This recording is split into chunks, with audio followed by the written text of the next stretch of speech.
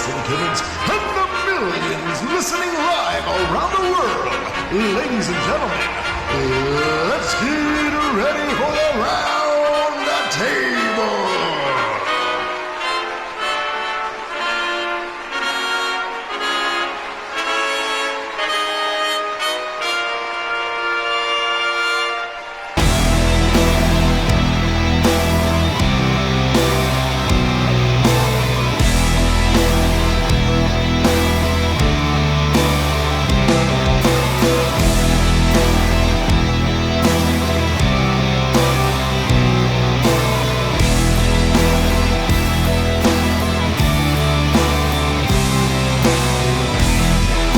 Ladies and gentlemen, from coast to coast, we are the podcast with the most live on Kitsch Radio.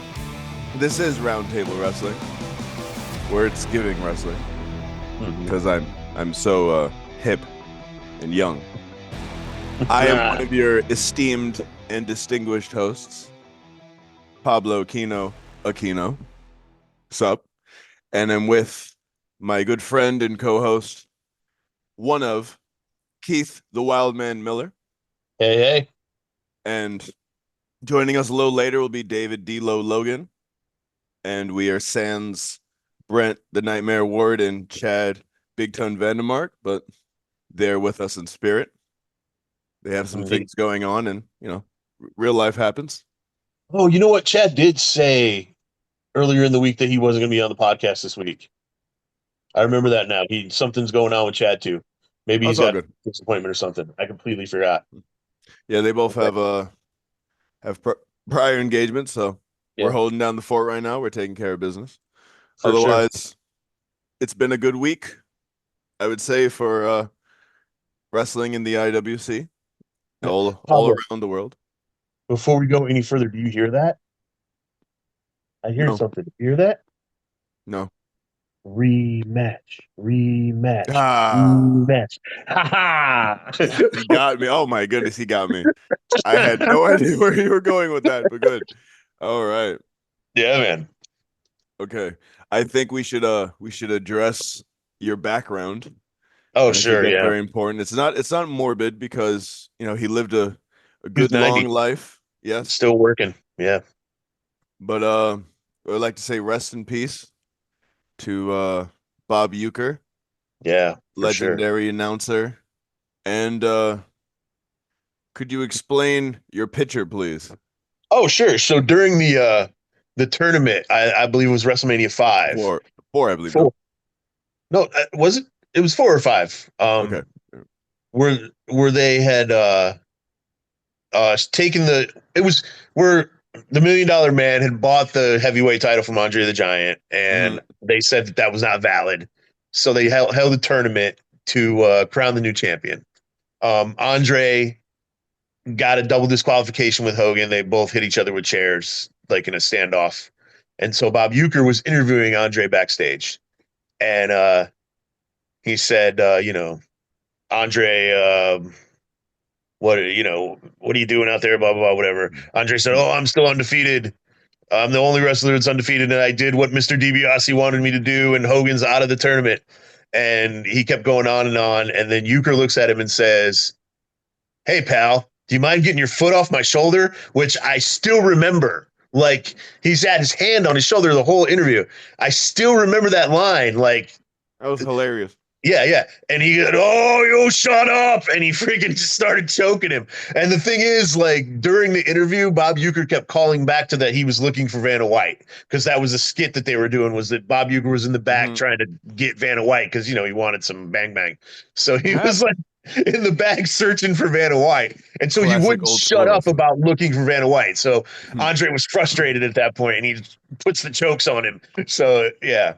It was so comically, it was just hilarious, because as soon as they pan, right, and they show Bob Uecker, and it's just Andre Giant's massive hand on his shoulder, and you could see how big his hand is in comparison to Bob Uecker. It was absurd. Like the size of his head. One of the most viral, before viral was even a thing, but one of the most viral moments being, him shaking Bob Uecker. The you could tell that Bob Uecker was just made to be in spotlight and made to be a personality because the way his eyes and like his facial expressions and the way he was speaking, his cadence was just perfect. Yeah, absolutely. And the thing is, back then, what you have to remember, like a lot of people who are part of this generation don't know this, but wrestling was rising back then, and you would Hmm. bring in someone like Bob Uecker to help Yeah. elevate the event and get more eyes on it. Now it's equal, if not, people use the WWE to raise their level. But back then, it wasn't like that. So Bob Uecker was one of the people who contributed to kind of building the awareness of the WWE back when people weren't as Yes. aware of it. So so yeah, man, the guy did a lot for wrestling just with that WrestleMania appearance. And Well, not only that, he is a legend because, you know, being nicknamed Mr. Mr. Baseball, Baseball. Yeah. being one of the most famous announcers, also one of my favorite parts of Major League, the Mhm. movie. Sure. Just a bit Just a bit outside. outside. Too high. What does that mean, Fantastic. too high? Fantastic. Yeah. Yeah, but there was a legendary figure in larger than life in all sports, you know, also an actor. So Yep. rest in peace to the great Bob Uecker. We also have to mention a rest in peace to Hunter Q. Robbins III. Yeah. You know, real name Robin Hunt Yeah. from Eastern Championship Wrestling, where he used to be a manager and also Yeah. He was managed Sabu and mhm, was one of the foundations of the original ECW, like before it became Extreme Championship Extreme. Wrestling. Yeah. Yeah. Uh, managed the Super Destroyers and the S Side Blondes. I don't want to say the full name because we are on YouTube now. So Yeah. also because you can watch us live on Kids Radio, but you can also see us on YouTube now. Just type in Roundtable Wrestling and you can check us out. We have our audio of our first few podcasts, and now we have video. Indeed. Yeah. And Um, shout out to Tyler for doing a really good job with the editing and yeah, setup for absolutely. that. And Tyler kind of set that up almost in private. Like he told us, "Hey guys, I got this thing I want to show you," and it was our YouTube channel. So It was very good for nice to him. see, and he Yeah, put yeah, it. it was cool of him to take the initiative and get that going for us, and Mhm. that was really Sh- cool. Shout out to Jay Sizzle for his artwork and his, Indeed, you yeah. know, we're Um, very grateful for Kitch and we're very grateful for our platform, and I think we love for giving the sure. news to you, and here comes some news.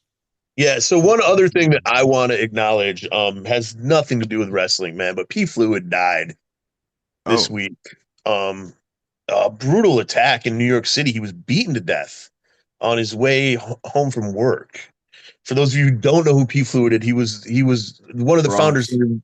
Yeah, yep. He was Mhm. he was one of the founders and the original lead singer of 24/7 Spies. If you don't know who 24/7 Spies are, they were one of the pioneers in the 80s of black metal and rock and funk and just man, Mhm. they're an incredible band, a band that I've loved since I was preteen. Um, and so it sucks. I hope they find out who did it and rest in peace, P Fluid. The fact that the guy is basically a legend in some circles and was just working a 9 to 5 job sucks, but That was a lot of our great artists back in the day. He is a South Bronx legend. yeah, I'm from the North yeah, Bronx, but we yeah, have love, and for yeah, sure. it's disgusting to see, but we are not too far into the 2025, and I've seen a decent amount of people in the Bronx that have lost their lives and have Man. been taken from us early. And Right. And you don't hear about them. I mean, I feel like people barely heard about what happened to P Fluid because he's not ridiculously famous, but he was but groundbreaking. yeah, You know, yeah, yeah. 24/7 Spies was so good, man. If you want to ease into it, listen to Don't Break My Heart because that is probably their poppiest, most accessible song. But they've got some really cool experimental music and yeah, they were just an awesome band and it sucks. So rest in peace, P Fluid, man. yes, as Me, as you might know, if you've listened to us a lot, me and Keith are pretty big music fans. Yeah, for sure. Absolutely. So anytime you get the chance to check out some new music, there ain't no reason. You might find your favorite thing, you know. Same thing Indeed. with wrestling. If you don't like WWE, if you don't like AEW, if you don't like TNA, you can always go CMLL. You can check out even Yeah. older stuff. You can check out New Japan, and we got a lot of that to cover. Yeah. And every town, honestly, no matter how big or small these days, it seems like has an independent wrestling company Oh yeah. that's running on a Friday or a Saturday or a Sunday. Check them out, man. I'm wearing the T-shirt from my old independent wrestling company, World's Finest Wrestling. I'm wearing that right now. So Support indie wrestling because you never know what star is going to be going to the main roster, and you want to be one of those people that said, "Oh, yeah, I saw a I've Swerve on the circuit. You know, I saw yeah, Zilla Fatu on the circuit. I saw Mike Santana on the circuit. You know, I saw Jay Sizzle. I saw Jay Sizzle Frizzle. Yeah, I've been supporting Alexander Hammerstone. I don't even know how long, man. It's probably been 15 freaking years at this point.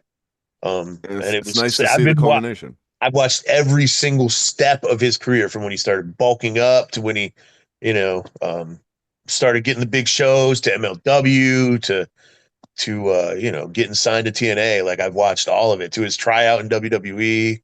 You know, um, yeah, I've watched it all. For those of you who don't remember, Hammerstone used to look like Triple H. And Oh so there yeah. was a whole big thing about like when he was doing his tryout, people were like, "Oh, they're gonna think you're Triple H. They're gonna show up and they're gonna be like, what are you doing here?" It was kind You of know who funny. else? You know who else used to look like Triple H? Who's that? Triple H. Yeah, he did. It's just the deflation. Yeah, My yeah. word. Well, that's what happens when you can't work out. I put quotes up for those of you who are put quotes under can't work out. He used to do the Benito Santiago workouts. If you know, he was Alistair one of the Overeem. other. He was one of the other people that was around the time Barry Bonds was caught for the steroids. Ah, right, right, right. Okay. Mhm. What was the big steroid scandal? What wasn't? There was a few. Right, but there was a name. Like everybody got caught doing like a specific kind of steroid Conseco? in the early 2000s. Yeah, Was it? maybe it was. I believe it was. Well, Conseco came out with the book. Okay. You know, shout out Jose Canseco. He was also Yeah. in wrestling at some point. Right, right, Wasn't right. he wrestling for TNA at one point? Dude, TNA had everybody wrestle for him. Yeah. Toby Keith won a freaking battle royal in TNA, for God's sake. D'Angelo Williams, Pac-Man Jones, Yeah. Rampage That race car Jackson. driver, right? Wasn't there a race car driver who was wrestling for TNA at some point? I couldn't even name just because of my Yeah. gimmick of being, very hood. I can't You name don't know one. race car drivers. I can't Dude, I li know Richard Petty and like, I don't know. And I know Richard Petty because of Rap is no. Crap. Ah! So Richard Petty is still the king, but That's a reference right there. yeah, man. Mm. But It- there was a tag team it was actually like a crew of really jacked dudes in Wisconsin, and Frankie DeFalco named them after that steroid, whatever it was. That was their team name. Frankie does some crazy stuff, man. Like Brew City Wrestling has had some interesting gimmicks over the years. But I will I want to get to the TNA Bart. yeah, yeah, let's get to some wrestling. Some news, yeah, but it's not gonna be a full TNA thing because every time I feel like I give people PTSD Yeah. when it comes to talking about TNA, but Yeah, yeah. so TNA Genesis 2025 coming up. As the Yeah, as the name implies, it's supposed to mark the beginning, or right. for some people, the end. And the ticket sales have surpassed ROH Final Battle and Hard to Kill. Awesome. And not Good only for that, TNA. not only that, TNA has just announced, I think a few days ago, right? Or Yeah. yesterday even. Yeah. It was TNA yesterday and and the day before. WWE. TNA and WWE have made a groundbreaking uh contract where they're going to be doing what they were doing this year, where Jordan Grace was coming over, Wendy Chu was going over TNA, the Brindley that Reese, right? connection. Brindley Reese, Yeah. Rosemary. So it is now inked into contract that they have a contract with each other to where they're going to be commingling more, which tells me that Nick Nemeth is going to be in the Royal Rumble. Yeah. Tells me that he's going to go to TNA and mix it up with them, make people look good like he always does. Going to take Yeah. huge bumps from Obafemi. Right. But And it also, I'm sorry, I just wanted to say, like with Josh Alexander, his contract expiring, with Joe Hendry's contract expiring, with Jordan Grace's contract expiring, if they sign with WWE, it when doesn't necessarily even mean they're leaving TNA. yes, You exactly. I know, think that's they just that's the get the important money part. and then, Mhm. yeah, they're going to get WWE money, which is freaking awesome, but they'll Mhm. still be able to go back and forth. So that's pretty amazing, man. Yeah. Yeah. So I'll mention it because I did get it right. It was yesterday. A multi-year partnership Yeah. was officially announced the 16th, today being the 17th.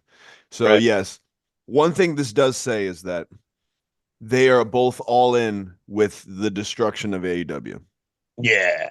because this is the nail that's destroyed the coffin. Yeah.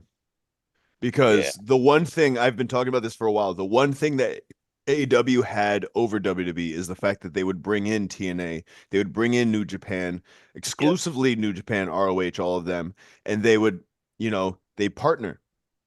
And Yeah. they would do some events in New Japan, like what was it, Wrestle Kingdom, Yeah. They were just there for Wrestle Kingdom. Yeah. and like Ricochet fought Zack Sabre Jr. for the title and all of that, and there was a bunch of Ugh. mingling, but it's absurd that it's happened so fast. But I called for it that this partnership between TNA and WWE, Hmm. it is 100% the harbinger of AEW becoming what WCW was. Yeah. Yeah. Yeah. Hmm. So, if you guys didn't hear that grunt, we have been joined by David D'Lo Logan. That is his What's up, calling bro? card. Hey, brother, how you doing? All right, how y'all doing? I got some new teeth. For y'all. Really? All right. What's up? These bad boys right here. We gonna be $1 million. Is that veneers? What is that? It's my new set. It's my new set, bro. What? Okay. I have never seen something like that in my life. You feel me? You Oh feel man. me? That's wild. Yeah, I need Oh, So, Adilo, I want your opinion on this, but I was just talking about the merger that was just announced yesterday, the multi-year partnership between TNA and WWE, and I was talking about that the most important part of this is a, you know, having the big stars like Joe Hendry and Nick Nemeth possibly being signed back to WWE, but also being able to go back and forth to yeah. TNA. But do you feel like this is the unofficial destruction of AEW? artificial destruction. I look it's TNA staying on the dear life. They've been hanging around. They's hanging there, and they're like boxers. They go bow for bow, but they come out the 10th round still swinging up. So TNA is a W. AEW, they're all right. They look at it as like the 2 man, or like they look at themselves as a 2 or a 3. So, well, the 2 in the big promotions. So they don't really care. In my personal opinion. They seem like the three, especially I've been watching and Look, man. Maximum Carnage.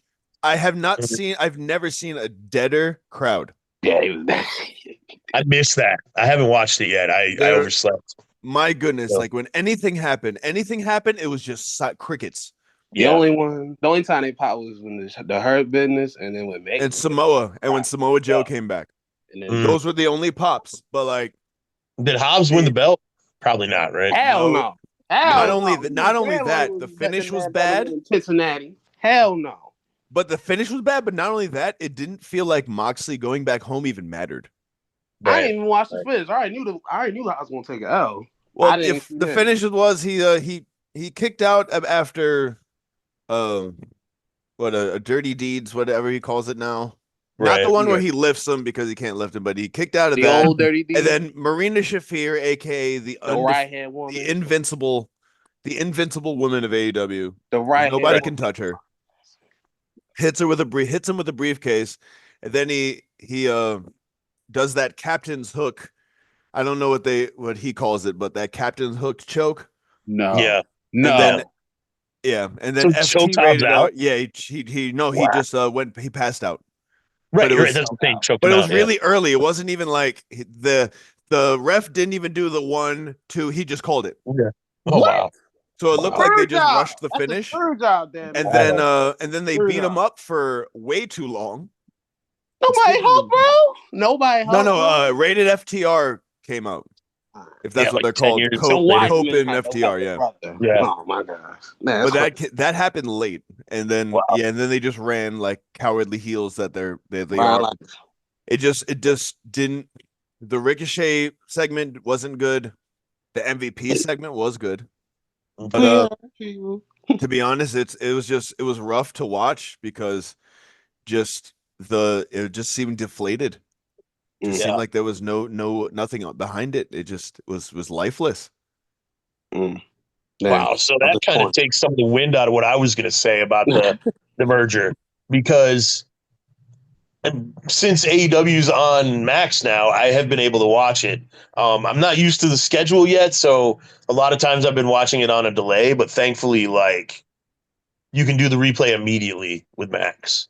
Yeah. So, if I forget, I'm just like, oh, cool, I can watch this now. Um, and I personally have been impressed with Dynamite. I think it is. Is Dynamite the one that's on Wednesdays? Yes. Yes, Okay, and so all the Dynamites that I've watched have been good. yeah, The they've been the good. the collisions have not.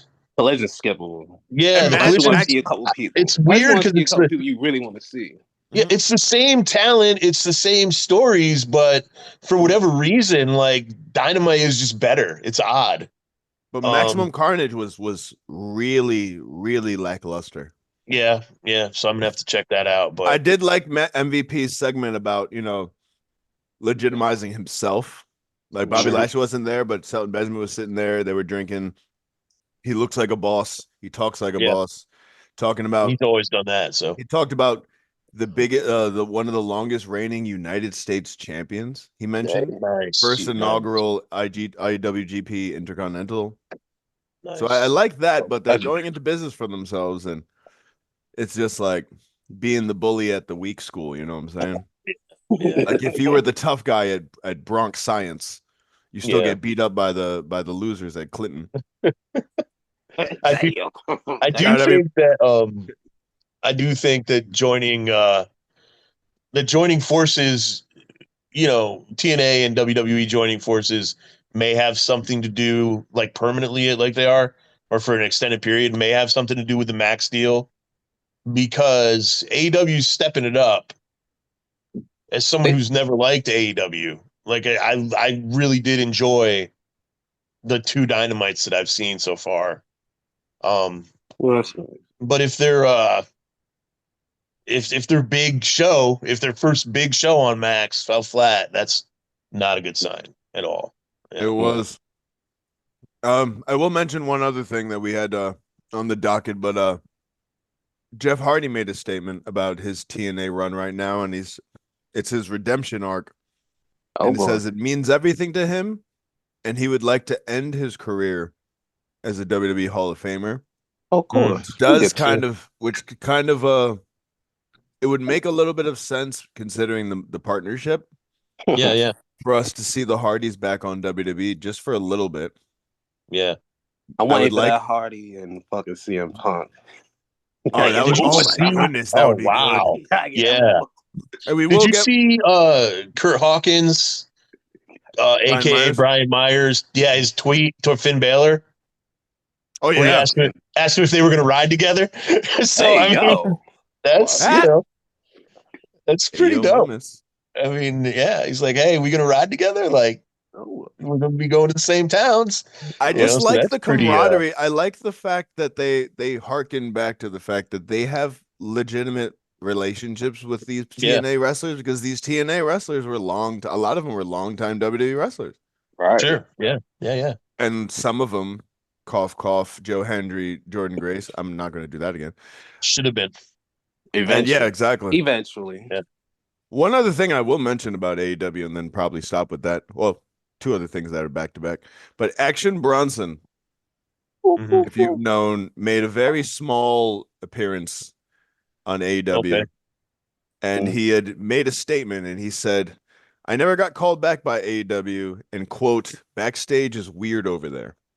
Interesting. Surprise, not be surprised. Interesting. And I'll preface that he said weird in East Coast way, not in a West Coast way, because we weird in know. the West Coast is like the worst thing you can say about somebody. But yeah, Action Bronson's a huge wrestling fan, you know, like a lot of his album covers are like wrestling themed or sports themed. Yeah. And like songs. So it is pretty it's a big indication when an outsider comes in and says that your locker room and your backstage is a wonky. He got sued by Barry Horowitz a few years back. He got pressed by Go Faith Killer too. Yeah, we know about that. Hey, now he wrote a song. He wrote a song called Barry Horowitz, and Barry Horowitz was like, "You didn't ask for my permission. You can't just write a song about me," and sued him. That's the most wrestling way possible. That's funny. I don't know what ended up happening from it, but yeah, man, he freaking sued him for writing the song. So the song that it referenced the Brooklyn Brawler in, is he going to sue me? Maybe. I don't know, dude. I've never heard of anyone suing an artist for writing a song about them before. Like that was so weird. I said the closest Oh thing gosh, to that, I want to say something racist so bad, but because it would be funny, but I'm not going to. that's absurd. That's wild. I mean, I think you can tell where I'm going for you. because it's Barry Horowitz. But you know, I think you can tell where I'm going. For you. Yeah. No, the closest thing to that was when the Undertaker sued Meek Mill for his back-to-back response. Or not response, but his diss track to Drake, which is ironic considering Drake is now suing content creators and reactors on YouTube. Yeah. He's suing Kai Cenat. Right. That's wild. Weird. Suing RDC for being mean to him. You know what I mean? For saying he's not a good rapper. Like, you know, like what? That's wild. No, not for saying that. For saying that he likes the you to them. Oh, is that why? Okay. Yeah, see, my 10-year-old reported to me, so he probably didn't. Okay. Yeah. Probably Shout didn't, out to 10-year-old newscasters. Yeah. Hey, the news is news. He pays way more attention to that YouTube stuff than I do, man. So, and it's a pretty wild thing because you know to change your lawsuit from UMG to content creators on YouTube, that's another step of petty. That is that's wild. That's like going to your school and saying somebody beat you up and bringing your parents. Yeah. Thanks for laughing because when I did it when I was younger, it was really not funny. Hey, when people beat me up, I freaking brought a pair of nail clippers because I thought the nail file was a knife. I've never been beat up, but I was just blindsided. But he got banged. The guy wasn't right in the head, so I didn't feel good about retaliating. Gotcha. I used to get jumped by groups of people for some reason. I know why, but we don't need to get into all that on a podcast about wrestling. But yeah, my joke was, my joke was really as far as I wanted to go with that. True story. But on to less racist things. Hey, yo. Yeah. So there is a Pat McAfee is apparently going to miss WWE Raw, and there is a rumor that he's going to be replaced on commentary by a returning JBL. Oh yeah, the interesting. The wrestling god. Right, that's what they're saying. Which would be interesting because the multi-year partnership, JBL is kind of linked to TNA now, considering with him and Nick Nemeth. Yeah. I feel like JBL's done so much over the last couple of years to get himself away from commentary. So it'd be odd for him to go back. That's what I was thinking. I feel like this whole thing with Corey Graves might be a storyline, and that Graves may try to insert himself into the commentary spot. Fight for Michael Cole. Yeah. Now that you mention that, actually, Getting told a pole match. we are going to go to the round. I will mention there was something on here about the announcements of the New Japan, but I'll get to that later. I want to get into some rounds. Yeah. All right.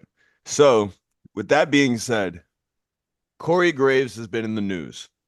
Yeah, He's been in the news either for the right reasons or wrong reasons, depending on kayfabe, because that's the thing now, is that you don't know what's a work anymore. Right. So Right. his issue is that he wrote a cryptic X tweet or whatever you call them now, a post on there talking about when you say that you're good enough to do something. I'm paraphrasing, but you say that you're good enough to do something, and then your bosses say that you can't. Right. And then he was pretty much talking about his frustration, and I imagine it's talking about the fact that he feels like he can wrestle, but they're not letting him. Yeah. A la Soraya, a la Bryan Danielson. Like Edge. And apparently he seems like he's on the outs, and he's been demoted, I suppose, to NXT commentary, which apparently he also might be skipping out He on. wasn't there this week. Yeah, he wasn't there this week. He wasn't there. So it was Keith, terrible when he was Keith, there. if I can get to you, yes, Yeah, and sure. I think he's mailing it in because he's somebody who just doesn't want to do his job, because he doesn't. Kind of like what happened to me. I was hired on to do a specific job. They took that job away from me, and then they offered me a consolation prize of doing dishes. And I was like, yeah, no. I Yeah. was like, no. So I understand, fighting for your right as far as that. However, Keith, how do you feel about this situation? Do you think it's a work, or where do you think this goes? Okay, I definitely think that it is a work, but it may be a work shoot for those of you who understand what that is. I think that Corey probably does feel frustrated, but I think so. So he did say in his tweet that he worked hard to become one of the best at what he does. And despite what people say in our chat, I feel like Corey Graves is one of the better color commentators I agree. in wrestling right now. I really do. He brings an insight that not a lot of people do. He talks about the relationships that he's had with the different wrestlers, and he doesn't go over the top with his character. I don't think they should talk about all the relationship he has with the wrestlers, if you get what I'm But saying. he does, though. Wink, wink. Now the He ones does, not between though. the sheets. He does, though. He's like, that's my baby. He does, man. He brings up Carmella every freaking chance he gets, dude. So, and I miss her. I So, don't whatever. blame Good him. for him. Can Yeah, you blame good for him? him, man. Yeah, Can you no, blame not him? at all. Not I at blame all. him. And they have such a cool. I blame him for Dude, if ruining his you ever marriage. watch their reality show, they have such a cool relationship. That's true. Like, I did see. they're so cool together, man. Like, I dig them. But anyway, Corey Graves was never the biggest dude, but he has clearly lost weight since he went to commentary. I feel like that may be a factor in why they don't want to just bring him back. If the rumors are true that this is leading to him and Pat McAfee at one of the big shows, he is going to look tiny unless he hits the gym. What if do you think this might be in retaliation to the fact that they think Wade Barrett is coming back? It could be. It could be. Yeah. Because and I mean, for I somebody to enjoy be Wade Barrett on commentary, in his no, but NWA stuff. as a wrestler though. Oh, as a wrestler. Oh yeah. Yeah. See, I'm wondering because so he did the little jokey joke thing with about Imperium and about Drew and all that stuff. But then every time anybody seriously asks him about it, he's like, "Nah, man, I'm retired." Like you have to think about the fact that by the time Wade Barrett came to the WWE and was a rookie, he had a whole career in Europe, and he had to start over again from basically the bottom. He had to do a tryout. He had to do NXT. They didn't go get him. You know what I mean? They weren't like, "Hey, Wade, we want you." He had to try out. Yeah, he was like 35. So he's kind of older. To be wanting to do a comeback. I think he's probably happy doing commentary. I think it's also telling that Pat McAfee is going to be in 2 more Rumbles more than Corey Graves. Right. which is Ooh, wild. that- D'Lo, how Yeah. do you feel? Did you have anything else you wanted to add to that, Keith? Well, just the NXT thing didn't work. I mean, we talked about that. I some of it definitely falls on Corey, but a lot of it falls on Booker T. He screwed up so much on that episode. yeah, he He took over. basically, like I said, he called Vic. He called Corey Vic 3 times. Yeah, and he You kept know, having to. yeah, Hey, Vic kept having to correct him. So if I'm watching that and I'm a producer of a show, I'm like, holy crap, this is not working. And I I would pull have, Corey Graves, I would have thought that Booker T or might pull have done Booker that on T. purpose. Maybe Right. he did that on purpose to slight him. He could have. Yeah, he could have. I don't know what their relationship is, but I know that the rumors are, and we've heard them from different insiders, Booker T is not the most pleasant human being. So, Well, if you've seen him fight Zilla, yeah, like this last like a few weeks ago when he fought Zilla, he does seem like a tyrant out there. yeah, for sure. D'Lo, how do you feel about the Corey Graves situation? Do you think it's a work? And where do you think Corey Graves goes? Do you think he gets fired? Do you think he leaves? I was kind of agree with Key with the work shoot thing, but also I a little bit of anger. Like it seemed like anger in that tweet. Like, man, I just came up. I just gave y'all the best performances, and it's like I get screwed again. That's what it feel like in that tweet. That's how I felt when he said it. I was like, Yeah. So Short end of the stick type thing. It's a little bit of truth, a little bit of work. But how would they work it into a match with Pat? For the Cole in a pole match? Yeah, Michael Cole on a pole match. WrestleFest? Hey man, they just put Pat McAfee and Michael Cole together on Big Truck. About to say, I've seen Michael Cole in more wrestling video games than I have Corey Graves. Right, fair. There's actually I don't actually know how it happened, right? But I think if you do in SmackDown Here Comes the Pain, which is known as the best video game ever, not just wrestling video, best video game ever. It's not Street Fighter 2. Shout out. Hey, Street Fighter 2. Hey, I remember that there was a WrestleMania like match that you can have where Michael Cole is your guest tag team opponent, or like you for some reason. Right. Isn't Michael Cole undefeated at WrestleMania? Yes, he is. Yeah, he talks about that, right? Like, as he should. He's the only person like that. Him and Naomi are the only ones. At least that I can think of. They're there too. Oh yeah. The whole damn show. Right on. All right. Speaking of the whole damn show, Paul Heyman was on Impulsive. Oh wow, that's a combination I ain't never thought I'd see. Yeah, Paul on Paul action. Yeah, which was interesting. He does not break. He does not break kayfabe. He is Paul Heyman all the time. Of course. Except the Hall of Fame speech. He very much was him, and I liked that.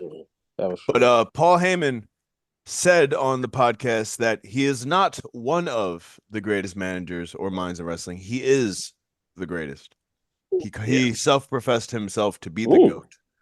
So, D'Lo, I'll go to you first because Keith was first last time. How do you feel about his statement? Bold. It's an argument. He has an argument. He put himself in that conversation. So I mean, he made ECW, and if we kind of technical, he kind of lasted out the war in the current scheme of things because no Vince, Russo, and Bischoff to do their own thing, and he's technically won the war. Yeah, he's the only one getting a WWE he's the last man check. standing from that era. He's the last man standing in terms of working in the business. So everybody else is gone and doing their own thing or dead. Yeah. So he can put us on the conversation, and he can add. I've been a part of 2 big companies. I made my own, and I gave them all to the other. I've been a part of all 3 of them. WCW too, adding them to the mix. So he got an argument. There's a few guys. Keith, how do you feel about his bold statement? Is it even a bold statement? So I don't necessarily think there is a greatest wrestling mind. I think that everyone who has a great mind for wrestling is also has huge flaws. I think that if you took Jim Cornette and Paul Heyman and combined them into one person, you would have the greatest wrestling mind. Him and who? Jim Cornette. Oh, okay. Because Jim Cornette has such a old school mentality, which is needed to have the greatest wrestling mind. And Paul Heyman has an insanely new school mentality. You know, kick out of 57 finishers, run people over with cars, stab people with knives. You know, like, I think you need both of those things, but no one has them both. It's just not how it works. Honestly, Vince McMahon did some really, really dumb crap, but he may have the best mind for wrestling. Are we talking about senior or junior? Junior. Junior. Okay. Yeah. I forget. Yeah, I do want to preface that there's two Vince McMahons. Or Triple H. You know, maybe forget. history will show that Triple H has the greatest wrestling mind. But I have a hard time giving that to one person because I think they all have flaws. Can I then change it to just manager then? Okay, so manager. Oh, he's not my favorite. Jimmy Hart is. You know? So he saved Hulk Hogan from getting beat up. And you know, a lot of the Jimmy Hart stuff goes back to what he did in Memphis. You know, he was so brilliant in Memphis. He was such a good foil for Jerry Lawler. And then he went to the WWE and settled into his mid-card spot. You know what I mean? But he was like the manager of champions, and he did it so well, and he did not work with a single client who he didn't get over. You know? And back then, like, they needed it. Honky Tonk Man was a joke. Bret Hart and Jim Neidhart were tough guys, but they didn't have that aura yet. That Jimmy Hart gave them that, you know? So I personally think Jimmy Hart might be, or Bobby Heenan, the greatest wrestling manager of all time. Maybe even J.J. Dillon. You know what I mean? Maybe even J.J. Dillon. I think that calling Paul Heyman the greatest manager of all time, how long was he even a manager? You know, if you think about it, not long. Well, he did it for CM Punk, and then he came back into and then he came back into the Brock stuff, right? Yeah, Brock and now the Roman. Yeah, but I mean, he had such a time off in between his first run as a manager and his second run. Maybe you could say it because he existed in two eras, and there's not a lot of managers who did that. Paul Ellering, you know, and Paul Ellering is kind of a flop as a manager in these James days. Mitchell. Yeah, but there's not many. Yeah. So if I could say my piece about it, I do think that Bobby the Brain Heenan is the best manager. Yeah. You know, but I do feel like this second run of the way he just pedestalizes Roman Reigns made him, even though you didn't have to do that to make Roman seem like a big deal because he's been shoved down our hypothetical metaphorical throats for years and years by Vince, you know, and to be the guy, but he makes everybody seem like a big deal. And that's what you're supposed to do. You're supposed to elevate your constituents, you know, like I've Paul Ellering was the last one I've seen that was like an actual manager as far as like handling the business aspect. Right. Managers now are just mouthpieces now. Yeah. Like MVP is technically a manager, but he's also going to wrestle this week. So it's like it's murky waters, you know what I'm saying? Yeah. But I think he's a very good wrestling mind, you know. He's a Paul from New York, so we're obviously very smart. But Lord knows I think he can't say himself to the greatest, but you gotta put yourself up there. You gotta make yourself seem like the best, even though you aren't. Even if you aren't, you gotta feel like the best, you know. And like we said at the beginning, he never breaks kayfabe. So who knows if he really believes that? You know, I mean, but he's gonna say it. You know, one other knock on me another knock on Paul Heyman from me is that especially now, his stuff is the same. Like when you talked about him elevating Roman Reigns, the way that he does it is the same for everyone. It's the same with Brock, same with Punk, same with Kurt Hennig Jr. All of them. It's the same. Like he cuts the same. It's not the exact same promo, but it's the same promo for everyone. Yeah. He doesn't diversify. This is why he's better than you. He is going to beat you. You better watch out. You better not hide. It's stuff like that. Yeah. So yeah, I mean, I definitely question. I question the manager thing more than I question The mind. Yeah. the mind, I would because the say. mind is so debatable. Like, depending on what kind of wrestling you enjoy, he could be the greatest wrestling mind of all time. Yeah. So Depending on what you look at and what How you far? Jim Cornette's Yeah. the best if you like other people's wives. Speaking if you like watching wrestlers, with other people's wives. with other people's wives, with your own wife. Speaking of which, one of the cringiest promos battles between MJF and Jeff Jarrett. Oh, I Yeah, must see it. wow. I Just missed it. calling each other's wives whores. Just calling them like That's ladies of the childish. night. Oh, Jeff Jarrett calling MJF's mother, who is his age, a lady of the night. I just couldn't get with. That shit was It was wild. so cringy. It was so bad. Like Jeff Jarrett on the mic is so not good.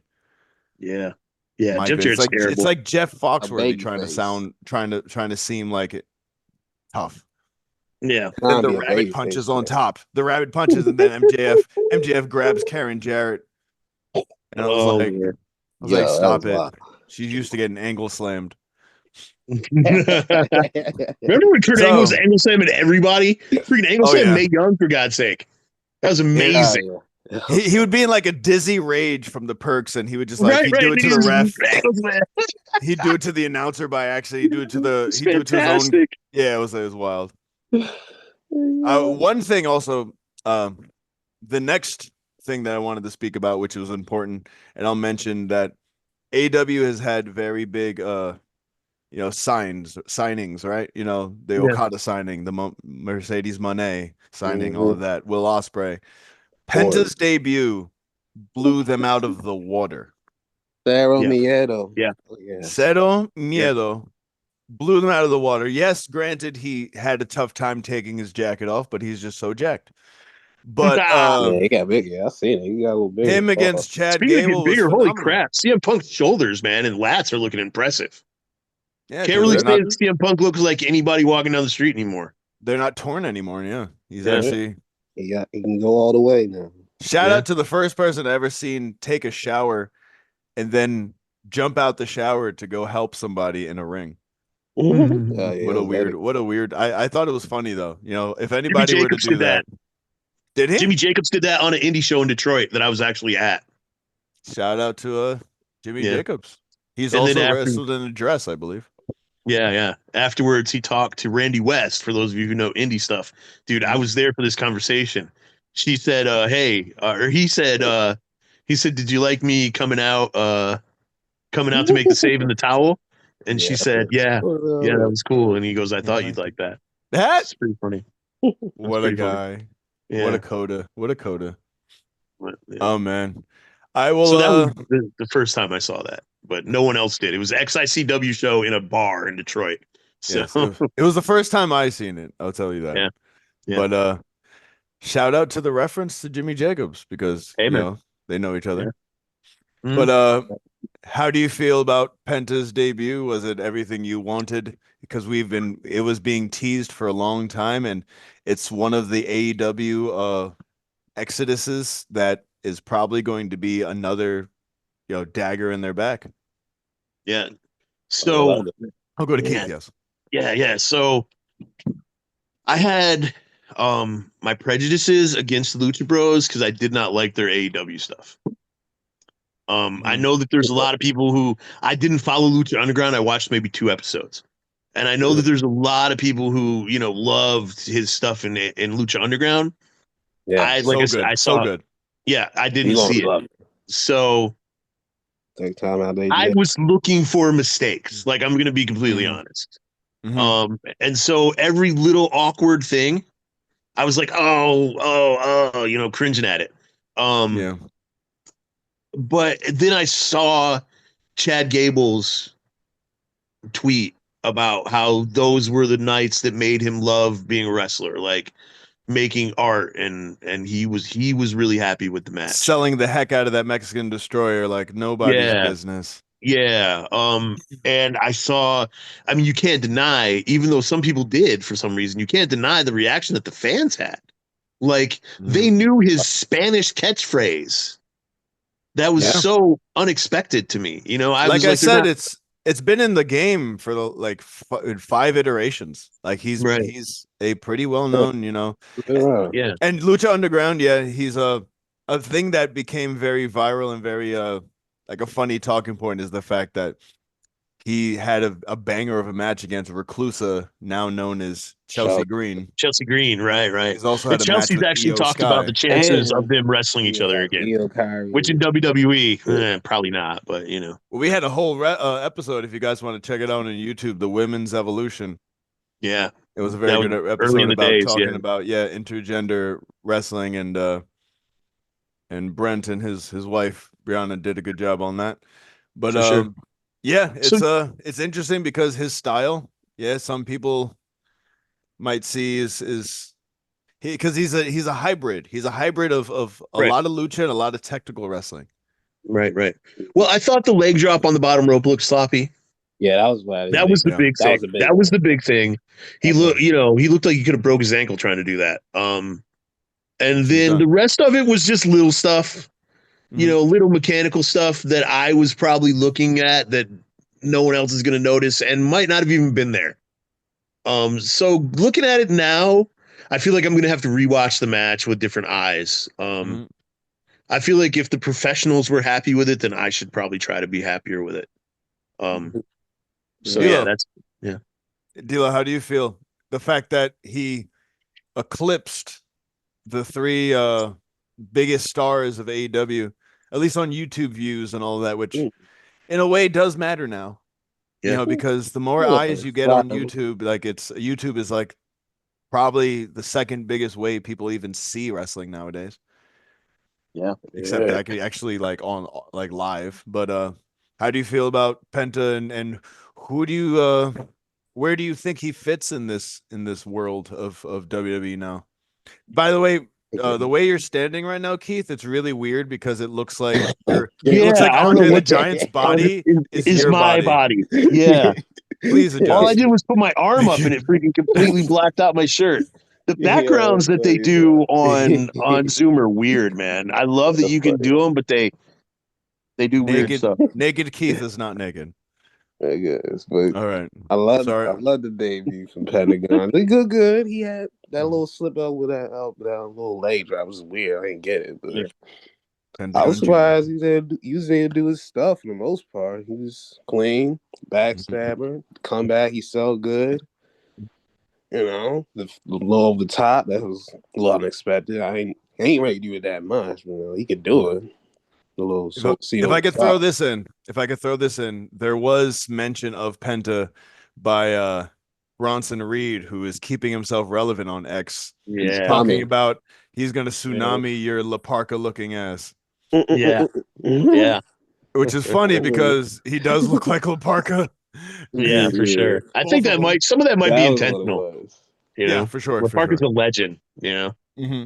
Both of them. Another thing that I did want to say, there were people complaining that his first match was against Chad Gable because they said they automatically put him in the mid card. He's making. But he can rise up. You know what I mean? He doesn't have to freaking wrestle Seth Rollins his first night there to be relevant. You know, well, CM Punk had to wrestle somebody who was technically mid card at first, no? Yeah. So I think people who were complaining about that just don't understand wrestling. And it makes sense in the whole aspect of what they're going for because Chad Gable's a pure wrestler, right? And then he talked about luchadors, and it made sense. And Chad Gable, though he is seen as mid card, like probably the most mid card of mid card, he's like the mid of the mid card. Like got a really weird he still really looks good in the ring against whoever he's facing, and he elevates the people he faces. And for sure, I do think it was a good match and paced out too. I like the pace. I feel, and I could be completely off base with this, but I feel like if I was Chad Gable, I would be upset about the personality that I'm portraying on TV. Really? Yeah, because he's Kurt Angle. Well, yeah, and everybody's doing the Nah. "you suck" chants and stuff like that. Yeah. It's dumb. I would want to do my own. Then again, if you're wrestling in a singlet and you're corny naturally, like you're always going to be what he. It's better than going back to Shorty G. Right. Oh, sure. Yeah, absolutely. But I just hope eventually he gets his own personality. You know what I mean? And he's I hope. not. Yeah, I He's hope a not lot of just. people get their own personality one day. Yeah. He's not. He's Ooh-wee. not just Kurt Angle Mhm. because he's Kurt never going to Angle is be gonna be Kurt great. Angle, and by having those comparisons, it hurts him. Like Yeah. Well, he's just mhm. yeah. And it well, that's the thing. Like imitation is the finest form of flattery, but it also does take away from you. And Yeah. yes, Kurt Angle might be top. No, not even might be. I think he is top five WWE ever Yeah, for for sure. everything he's done. 100%. His body of work, his comedy, his serious demeanor, the fact that he puts on banger matches, all that Yeah. stuff. Yeah. And to be in his shadow, like it's not a good look. But Yeah. let him do it for as long as he can, I guess. Right. But I'll get to a bit of TNA/NXT right here because these are both kind of molding into each other, and then we can talk a little bit about some fun stuff. Everything's fun to Masha? talk about, but yes, Masha appeared on NXT with the belts. Yeah. Slamovich gonna slam a bitch. Slam, yes, exactly. Slamovich. She She might was in slam the Cora next. I think so. She was shown in the crowd with the strap on, looking really okay. It's called she had the title on her shoulder Yeah. Yeah. and looking real strong, real menacing. Right. And I will say that to lead to the fact that Tessa Blanchard is playing into her feud with Jordan Grace, and she made a claim that Jordan Grace wouldn't have made it in TNA without her leaving. And if I can Ooh. preface, if I could say this first, and then you guys can come off of it, she's That's right. Mm. And as much as I love Jordan Grace, and I've been following her ever since she was a cute little chubber, Thick mama pump. adorable, exactly, thick mama pump Yeah. and all of that. I 100% agree because if Tessa didn't get out of the way, there was nobody else. She was literally that much better than everybody. She was literally the TNA champion, not the women's champion. Right. She had the TNA title. Yeah. So how, She want to be a David? I'll goofy. go to you first. D'Lo, how do you feel about that claim? Do you think that there's any? Well, obviously, she's doing it to make herself seem menacing, also to kind of put down her opponent, who she's going to go over on. Mm. How do you feel about I that was statement? thinking that. I was thinking that era because I was watching Heavy there. It was so it was Taya 2, Deanna Purrazzo. I think she was on the way coming in. Mm-hmm. And then you had Alicia Edwards and then you had Rosemary. So I'm like, and then Sue Young, Sue Young, yeah, her too. Yeah, it is. So But then when Tessa left, Trinity came in yeah, and Trinity she came. took the That was title. 2 years after the fact. That was like 2 years after. When Yeah, exactly. Tesla at 2020. I remember that. She like 2020. Trinity come 22. Which is telling considering that Trinity 23. was the biggest thing in the women's division when she left. I don't agree with Tessa on that.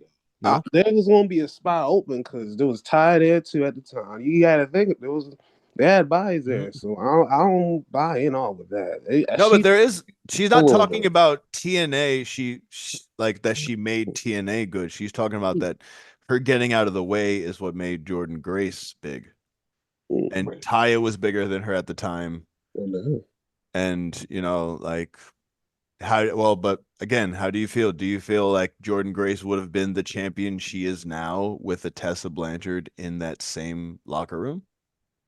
That's what she's pretty much saying. She's saying not only me as a wrestler, but me as like a background, like backstage person. Like everything about me eclipsed you. Like everything I did was above you. Like, and she was the gatekeeper. Tessa would have been the gatekeeper. It's like if They would have had Randy Orton Jordan. wasn't there, Kofi would have been champion, kind of thing, I still don't agree. They would have built her up to be the one to take her down. They would try to build someone to take her down. I think she'd have probably been the one to do it. All right. That. I have a feeling though that Trinity would have been the one, and then Jordan would have been. Hmm. Who knows? Keith, how do you feel about that statement? Do you think there's any Okay, validity? so I want to throw something out there real quick. I think that it's kind of sad that whenever I talk about how Trinity is one of the forgotten building blocks of the TNA Knockouts division, people think that I'm talking about Naomi. Ooh. Yeah. It's, Ooh. that was only a little over 20 years ago, and she had a short WWE run. Mhm. So for those of you who don't know, man, watch old TNA and watch Trinity. Trinity was Stephanie, yeah. Oh, that. yeah. I was thinking, you thinking Naomi. I was thinking that. That's what everybody thinks, man, because she used her real name when she was there, but she didn't build anything in TNA. You know what I mean? They built her, if anything. You know what I mean? No, 100%. She built off her reputation, and then they used that to elevate her. Mhm. The original Trinity, Yeah, I'll in say the TNA, original Trinity. Yeah, I'll say man, she used to Trained do by Mikey Whipwreck. right, and she used to do those freaking moonsaults out of the ring, for God's sake, dude. And she had a beautiful swanton, and she, did the thing with Kid Cash, which was amazing. Might be my favorite TNA thing of all time. The Kid Cash as the freaking Southern hillbilly who beats his women. Yeah. It was awesome though, man. It was so good and so real. Like the way him and Trinity played it, it came off as like a Jerry Springer episode. Like it seemed like, it was so timely, and Trinity did so much for that company, and now people act like she was never there, and it's irritating. I always did find it weird that they took her name and gave it to somebody else.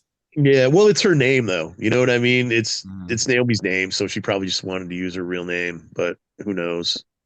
The forgotten Trinity. Yeah. Trinity for two. But anyway, on to the Jordan Grace thing. I think that what Tessa Blanchard holds a lot of weight. I think that before the incident with the Queen, she probably had a lot of backstage power. And she was not going anywhere. She beat Sammy Callahan for the freaking one of the most brutal male wrestlers. You know what I mean? Someone who is looked at as like someone who will kill you. That entire feud was absurd. Yeah, she beat him, and that elevated her to a whole different level, to where like it didn't matter if you were a big strong girl, it didn't matter if you were a technical girl, it didn't matter. She beat Sammy freaking Callahan. It was a very big deal. She's the only woman to hold the top prize in a major company ever.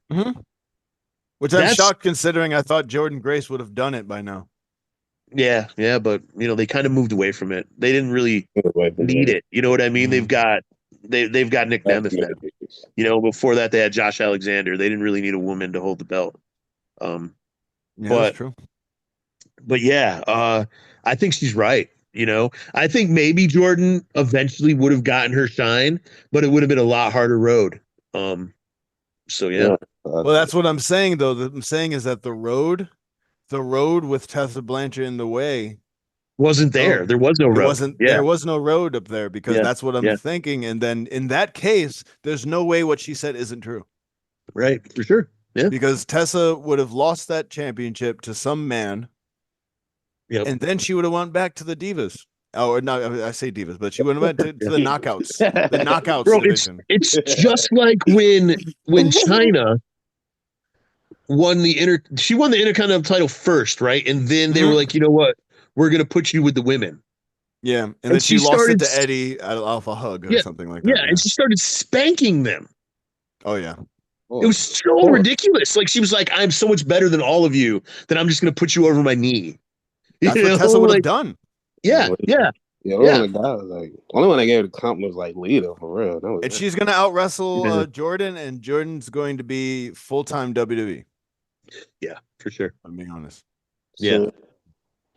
That's how it's looking to me too. Maybe feud with Zara. Zaria would be really set that up against Jordan Grace would be amazing. There's so many matches. There's so many hype matches that I would love to see.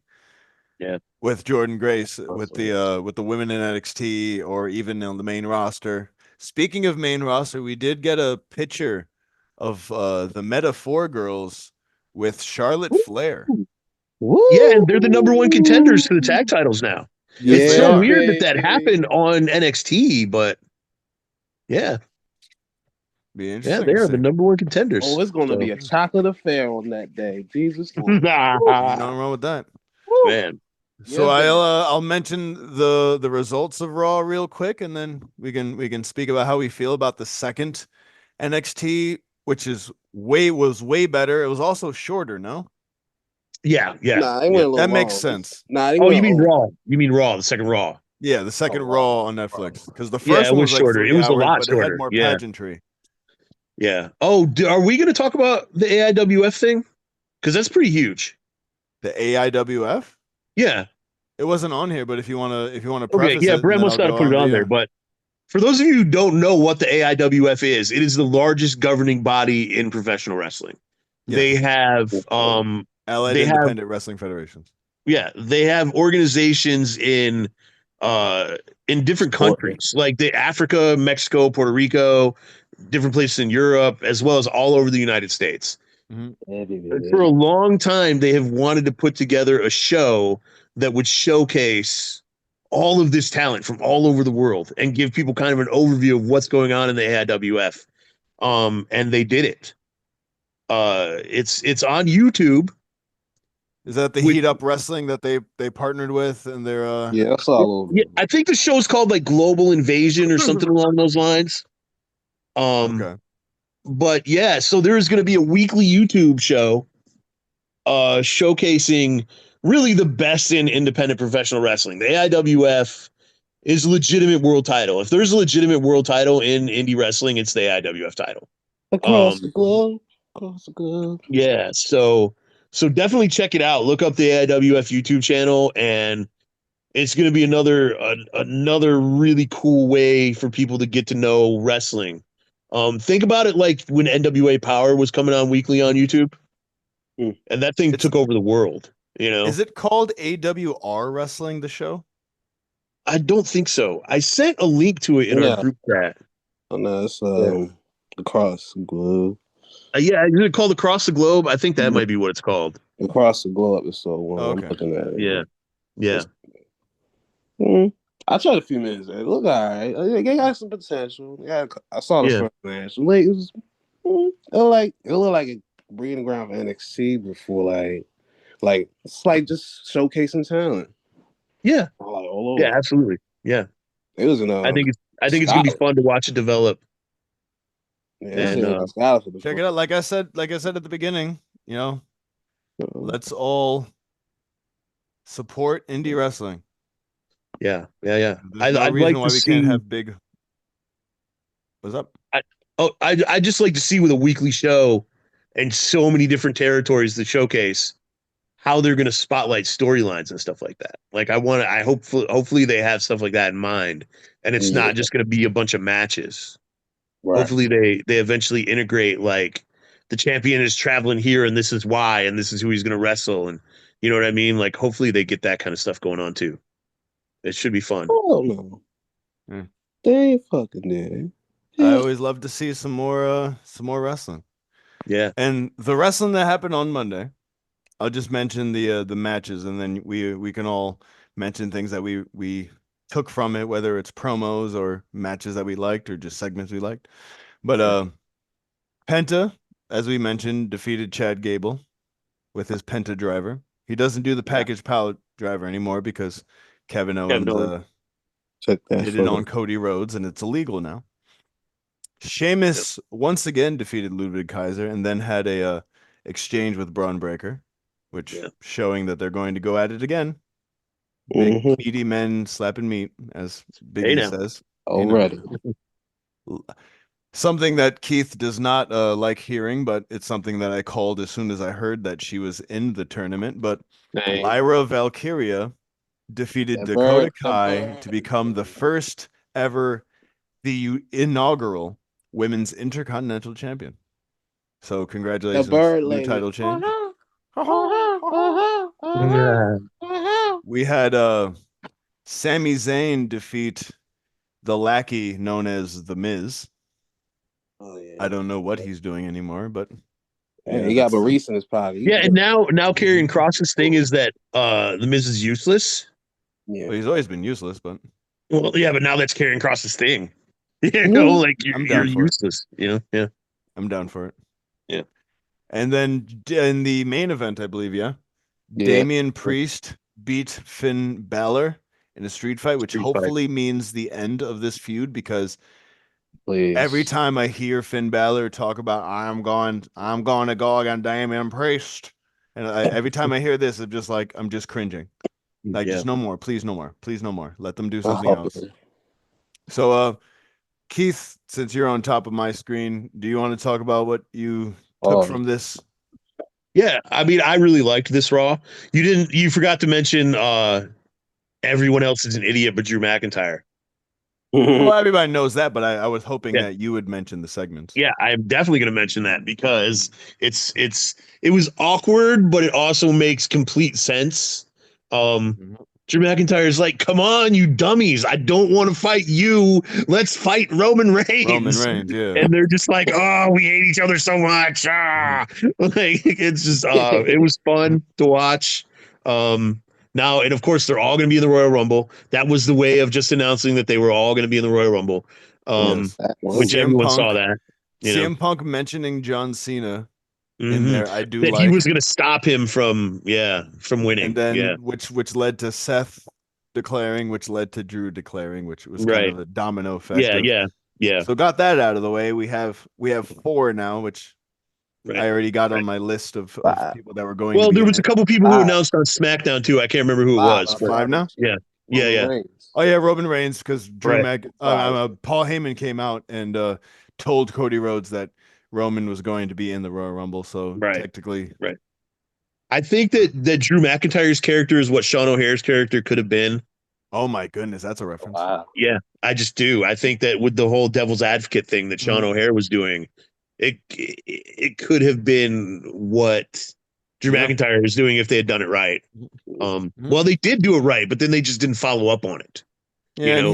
he had a less impressive swanton bomb. So Fair, but for such a gigantic man, exactly it right. was, good Hits him Lord. with his shoulders and everything too. Yeah. He wasn't squashing people being that big, Safe working. Honestly, I thought that every match was good. There wasn't anything I didn't like. Ludwig and Sheamus stood out to me, really good match. And the street fight, I liked Carlito actually doing something physical. Instead of standing around just chewing on apples. You know how I feel about that. Yeah. But Mm. at the end of the day, Sheamus and Braun is going to be really good. I'm looking forward to that. I thought that Valkyria and Dakota had a serviceable match, but I wish that Dakota had gotten in more offense. Like, I'm surprised that she was so happy with that match after it was over. Because it was really a showcase for Lyra. Oh, 100%, yeah. But good for her for being proud of what she did. I mean, obviously she went out there and did her job and made Lyra look like a champion. So, I just wish that I love Dakota's offense. I love how it's so weird. And I don't like that she didn't get a chance to show it. But Well, it's all right. But yeah, overall good show. I'm gonna rewatch the Penta match. Yeah. But yeah, I enjoyed it. One thing I will mention is that the Judgment Day segment where they're in their little... that was weird. I wish that they had focused a little more on it. If it almost felt like Dom didn't want to talk or they didn't want him to talk, you know what I mean? Like it was super rushed. I feel like I'd like to mention about that, but them showing that Liv kind of gave him the cold shoulders, like, oh, go get the car ready and get my bags and stuff like that, and that's what you're good for because it's not like you've really done anything in your career. Kind of feel right. It looks like it's showing a shift, and then maybe they'll mention that Dom like kind of tried to get back with Rhea or whatever, and I don't know. And of course, Dom being an idiot was like, "Hey, I just fixed everything." And then JD and Finn are apparently going for the titles again for the tag titles, so it gives them something to do. But yeah, I think Judgment Day is a very much just a blah. It just seems very blah. D'Lo, how do you feel about what did you take from this show? How do you feel about it? Yeah, well, it was good. Forgot to stand Jay.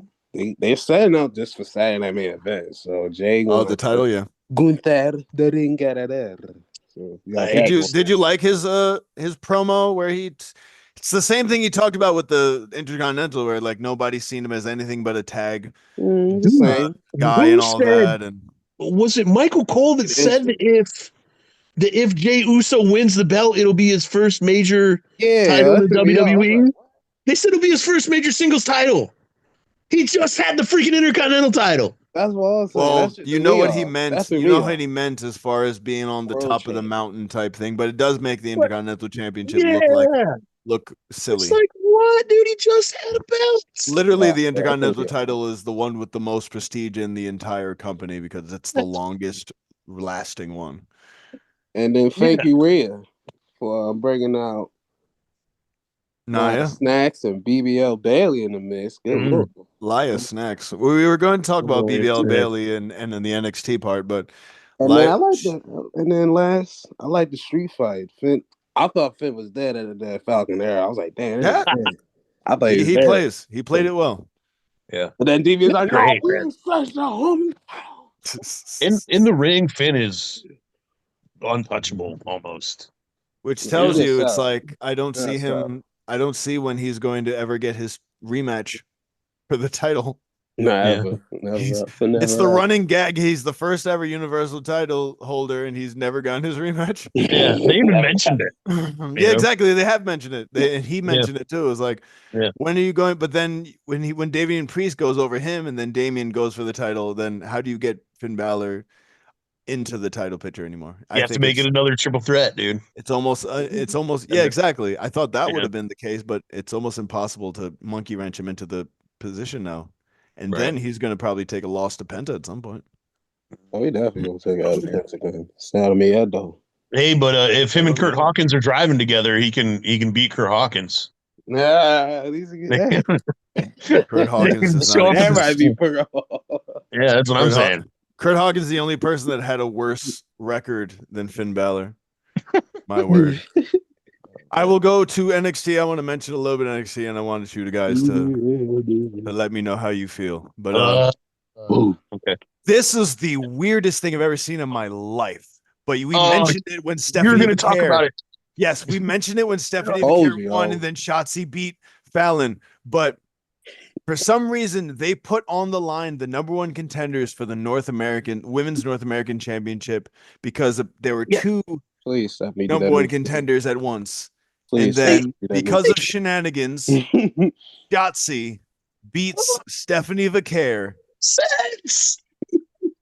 to win back, or pretty much to solidify yourself as the number one contender for the North American Championship, which is absurd. I'm going to talk about it later after I mention the rest, but absurdly nasty work.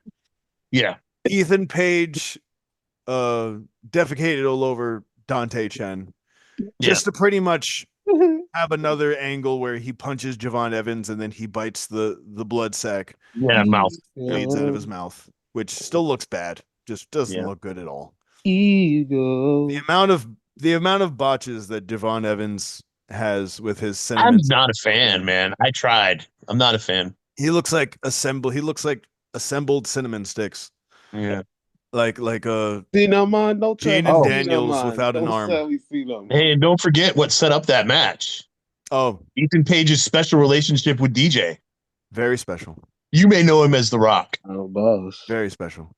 Him getting into it with and yelling at or Oba and Ava's interaction with Mr. Stone getting yoked. Mr. Stone. I called him Dr. Stone. That's an anime. Mr. Stone.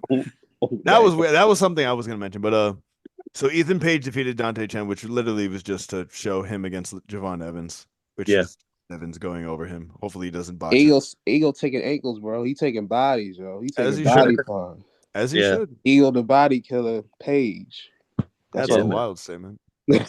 Turn the page on that one. Yo. It's so weird because he's easily the most developed wrestler on NXT. I don't understand why he's even there. Well, Like, it's that's why he's there. He's there because he's helping uplifting with all talent. these kids. Yeah, That's it what makes he's doing, sense. yeah. But yeah, A little And bit. then number one contenders match, as you aforementioned, the Meta Girls, Jakari Jackson and Lash Legend, defeated the Unholy Union, Alba Fire and Isla Dawn, to become the number one contenders of which title? The tag. the tag team titles, Bianca Belair and Naomi. Yeah, So the main card titles, not the NXT women's tag there team. is no NXT women's They tag team merged title Because anymore. there are none. Yeah, there is none anymore. Yeah, they got rid of it. Yeah, Which is they the got rid of it. weirdest thing. You get it's the weirdest thing. Yeah, that shit threw me Yeah. off. You have a number one contenders match on a developmental. It's absurd. Do you know what I was thinking about during that match? If JC Jane was to wrestle Alba Fire and they were wearing similar makeup and similar gear, They'd be the would exact you same be able to person. tell them apart? No, Yeah, not it at all. would be No. the most confusing match ever. They're both Boy George. Exactly. Yeah.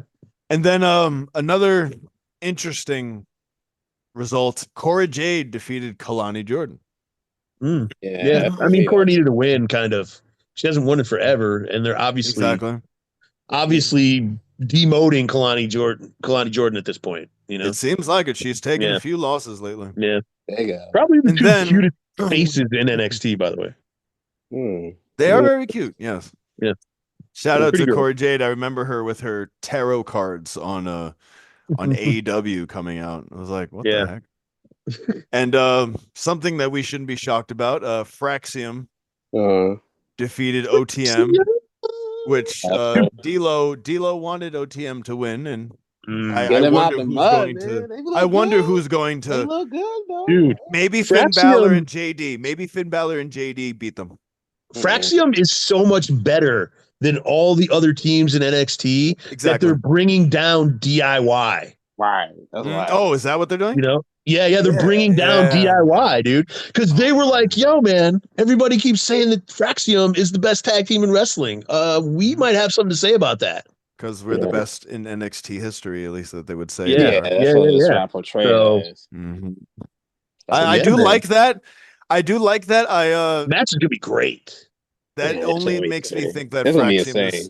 Fraxium is going to go over the same way. But it's weird because I thought Motor City Machine Guns would have been in the DIY's place going down to NXT and helping the young guys. But now MCMG is just forgotten, right? They're like, they bullying. They cool. yeah, they won the belts, and now it's just like whatever. It's weird. We won the belts. That's it. That's what we're doing. Weird. So, main takeaways, D'Lo. Is there a main thing that you liked about that before we go to elsewhere? The night confused me in the beginning, but at least got a result in the end. And I was surprised at the core match. I ain't gonna lie. I was surprised at that one. Axe Frazier. OTN looked good though, even though they put on the show. That was their best outing. So, shout out to Axe Frazier, Eagle, like I say, he's the body killer. He taking bodies, he taking jaws, he taking hands, and he taking ankles, bro. Like breaking wrists, breaking ankles, breaking hearts. You know what I'm saying? And breaking hearts too, because he's Eagle. So, And he's like, I'm cool with the final boss. DJ. I can do it all I want. And then Sean Spears, man, this man is thirsty. He's a menace. He's trying to take Rizzo.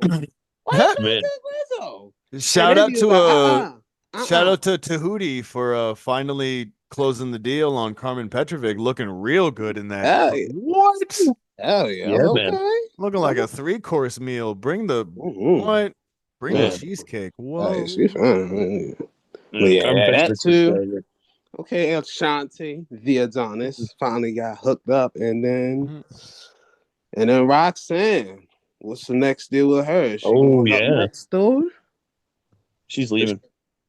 But she going with Bailey's thing was the fact that you're going to be stuck here in your ways with your cute pushed in nose. And right, I thought it was interesting, but yeah, that does seem like it's the next step. Latinas. Oh, Isn't that weird? Oh, do you find it weird that the next step for NXT wrestlers is that they face main wrestlers in NXT? That is kind of odd. Because That's a Fraxim little. is doing it. Tiffy It What's her looks like face Becky did did it? Trick did it. You know, it's Tiffy and like uh, Becky too. Yeah. It was, exactly. Becky with Tiffany. Yeah. And Mhm. Lyra. Yeah. Yeah. It's like they almost fish you up. It's like, oh, I acknowledge that you shouldn't be here anymore. So let's go at it or something like that. Right. And I thought like, it was weird when Becky beat Tiffany for the NXT Women's Championship. That was I Yeah, so thought that that was was so good. random. That was a random as well. so odd. Like, I why? think it was just a resume builder. That was Yeah. a resume builder. Just throwing it in there. Weird. Yeah, I call that a resume builder. Yeah.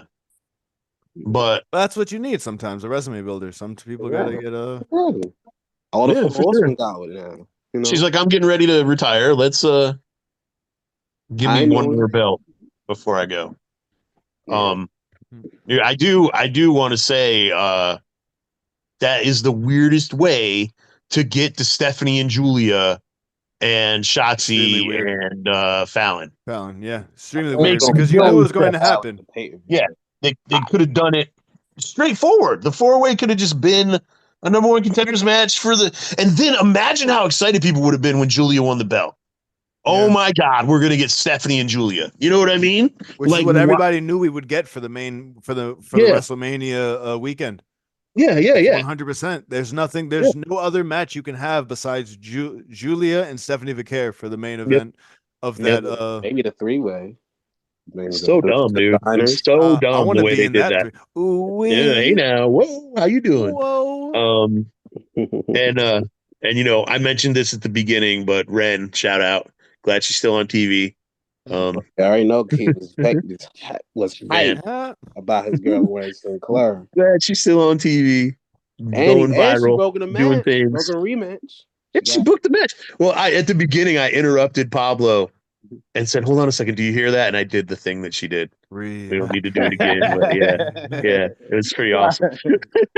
And Pablo did not know what I was doing, so it was perfect. It was Because I thought that was an audio problem, and I was like, yeah, I know, dude. I You're was like, listening. wait, we You're just like, what? I started. don't What's hear going anything. on? That's why it was. That's why it was amazing. That's why it worked. Oh man, Yeah. I mean, I've what a already swerve.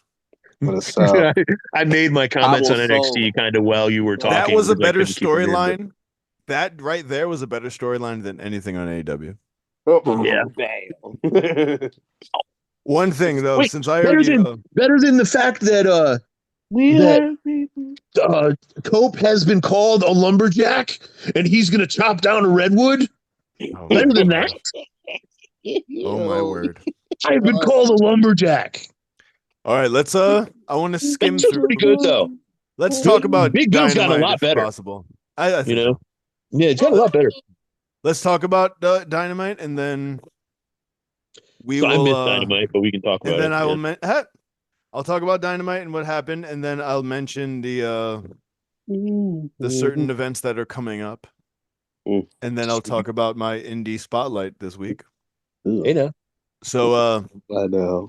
Kenny Omega, the best bout machine, came back, and I believe he fought Brian Cage on Maximum Carnage. Who better than Brian Cage? Everybody. Yeah, I love that he's doing the Canyon thing, man. That's so awesome. Because him Yeah, and I like Canyon that. were I never knew super that was from close. him though until I watched And that not- Kane documentary. Yeah, him and Canyon were super close, and not a lot of people I really never knew knew about that. it. That was tough. Yeah. Yeah. That was nice. Okay, it says Dynamite, but this is Maximum Carnage's. Yeah. Those are Yeah, Dynamite was Maximum Carnage. It was.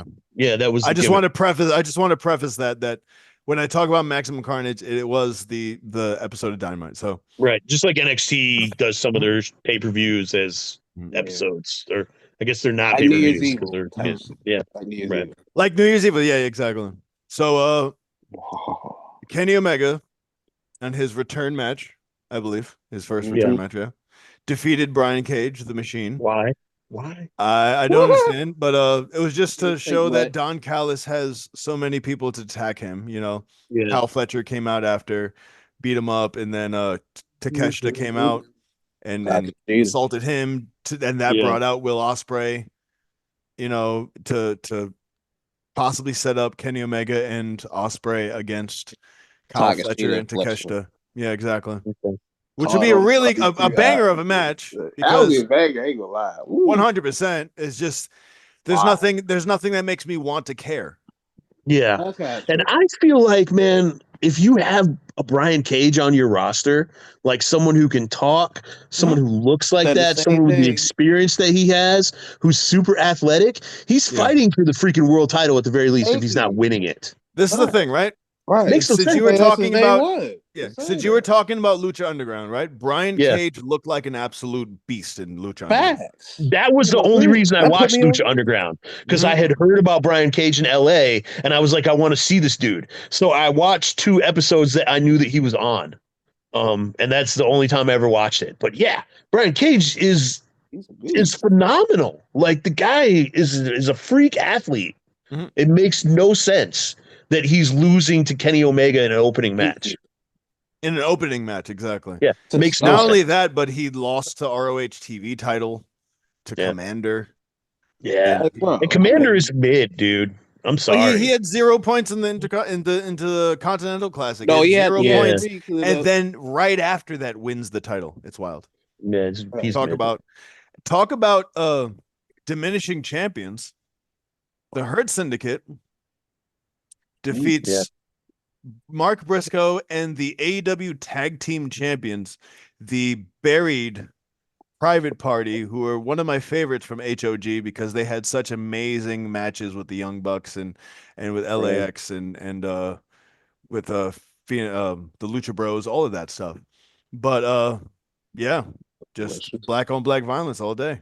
That's just all we see. You know, they're just going after each other, and I find it weird that you give the titles to them after beating the Young Bucks just to have them look weak. It's weird. That's my only take from AW. I got that out of the way. Hook defeated Christian Cage By DQ. by DQ. Yes, Can I hate Hook? Because I hate Hook. Is that I'm not acceptable? crazy about Hook. Okay, good. Because I think that guy It's is not now. Oh, not entertaining, man. The quiet killer gimmick maybe works for somebody who isn't 5'4", Yeah. but he's just like, I like Christian Well, his Cage. dad's I don't wanna 5'4", see and it him. worked for him. Yeah, but But his dad kind kind of had a big mouth, actually. Now that you think about it. He was also red and Red, literally like a monster looking guy. And he never really hit the top of the mountain, if we're being honest. Yeah, no. Mm-mm. Yeah. And Christian has mentioned that plenty of times. But No. here's another interesting, right? Women's Casino Gauntlet match. That benefit spot. Looking forward to that. Yeah. Indie darling Tony Oh yeah, Storm gets her Indie first chance at being a big star in AEW. Gosh, this is a bar-breaking moment. So great. Mhm. Oh, Brett would have just- loved this episode. Exactly. But seeing girls how on far there. she's come, you know, just going from being an indie darling to finally getting her chance at the big time. And her Yeah, whole man. country too. Oh, this is Oh, even better. Exactly. Okay. Oh, Maybe. Who knows? Yeah. Ha ha. Oh, do you want to talk about Ricochet? Do we want to talk about Ricochet looking even weaker than he already does? They tried to do the New Day thing with him. They ain't pop off like it. They The tried. guy to- got it didn't pop off because as soon as he started speaking, that he sounds like, is he purposely trying to sound like a goober? Yeah. Well, a picture explains 1,000 words, and here you go. He sounded like a goober on purpose. Yeah. Just had the scissors here. Didn't even use them. Whose house? And Then then he took a hit. He took a chair shot by Prince Nana and sold it harder than he sold like any other move I've ever seen him to sell. Wow. And then Nana's dancing on his dead body. How can you look any worse? How can you look any worse? And then speaking This of better be looking going bad, somewhere, man, because it's exactly. That's what she Going to a said. match. Yeah. Well, he ran away. Yo, well, y'all know his ass stole in that damn snow, bro. Yeah, he ran out in the snow out in Yeah, I know he Cincinnati, was Ohio. cold, bro. I hope he ran to a whip. That's Yeah, I think hilarious. he had to get a whip quick. This bald ass. He ran I to know the he was mall. cold. He was like, Oh, "Oh, does the my Lord. mall closes at 10:30?" Where's my whammy burger? And then speaking of just disappointing, I would say I watched this match, and some people that thought that Powerhouse Hobbs would win, I don't know what you were thinking. But Yeah. John Moxley with a bevy of help, Wheeler Yuta coming out and All the white tees. stealing the single knee from Bryan Danielson, and then Marina Shafir with her dominating self, With the brief. and John Moxley defeats Hobbs by submission. Just for Oh, Cope and FTR to come out and avenge Hobbs, even though they let him get beat up for an exorbitant amount of time. And I'll get to what I'll ask you guys what you guys liked or disliked about this, but one thing I want to say is that Jeff Jarrett has been given so much TV time that it's almost sickening. yeah. I wonder what the him heck and MJF had that go. That I mentioned it a little bit before you were here, D'Lo, but I mentioned the fact that Jeff Jarrett saying that he was MJF before MJF. What? Didn't make sense. Didn't make sense because he's never been that. Right. And then them talking about each other's wives and talking about their mothers or MJF's mother, like Jeff Jarrett calling MJF's mother like a hooker and stuff like that, and like a call girl. Like not even hooker, call girl. I'm like, what an old what do you Yeah, that was say? such Just say old woman shit. of the Call night at girl, that baby. point. Yes, I thought too. Oh, That's my some Lord. old shit. And I'm like, and there was nothing behind it. Like the audience didn't help it. It just fell flat, but then it almost was just really awkward. It was just like nobody liked it. And then MJF references Owen Hart and starts to talk badly about, he was like, "Oh, you were just big because of your friend Owen Hart, and where is he now?" type thing. And I'm like talking about the dead is never fun. It's not cool to me. It's not like something you get brownie points for. It's because it's been over and it's tired. It's a tired thing to just bring up dead people, like Christian. It's enough that Christian does it with like people's parents and stuff like that. But like it's for MJF is so Only for above Christian that. Cage. MJF is one of the best personalities. He's top 10 wrestlers of the year.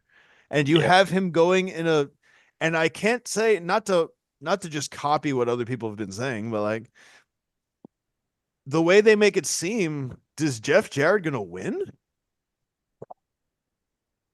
Like, does he do all this just to lose to MJF on his farewell tour? I hope so. I hope he loses too, but then like what is the point of the farewell tour?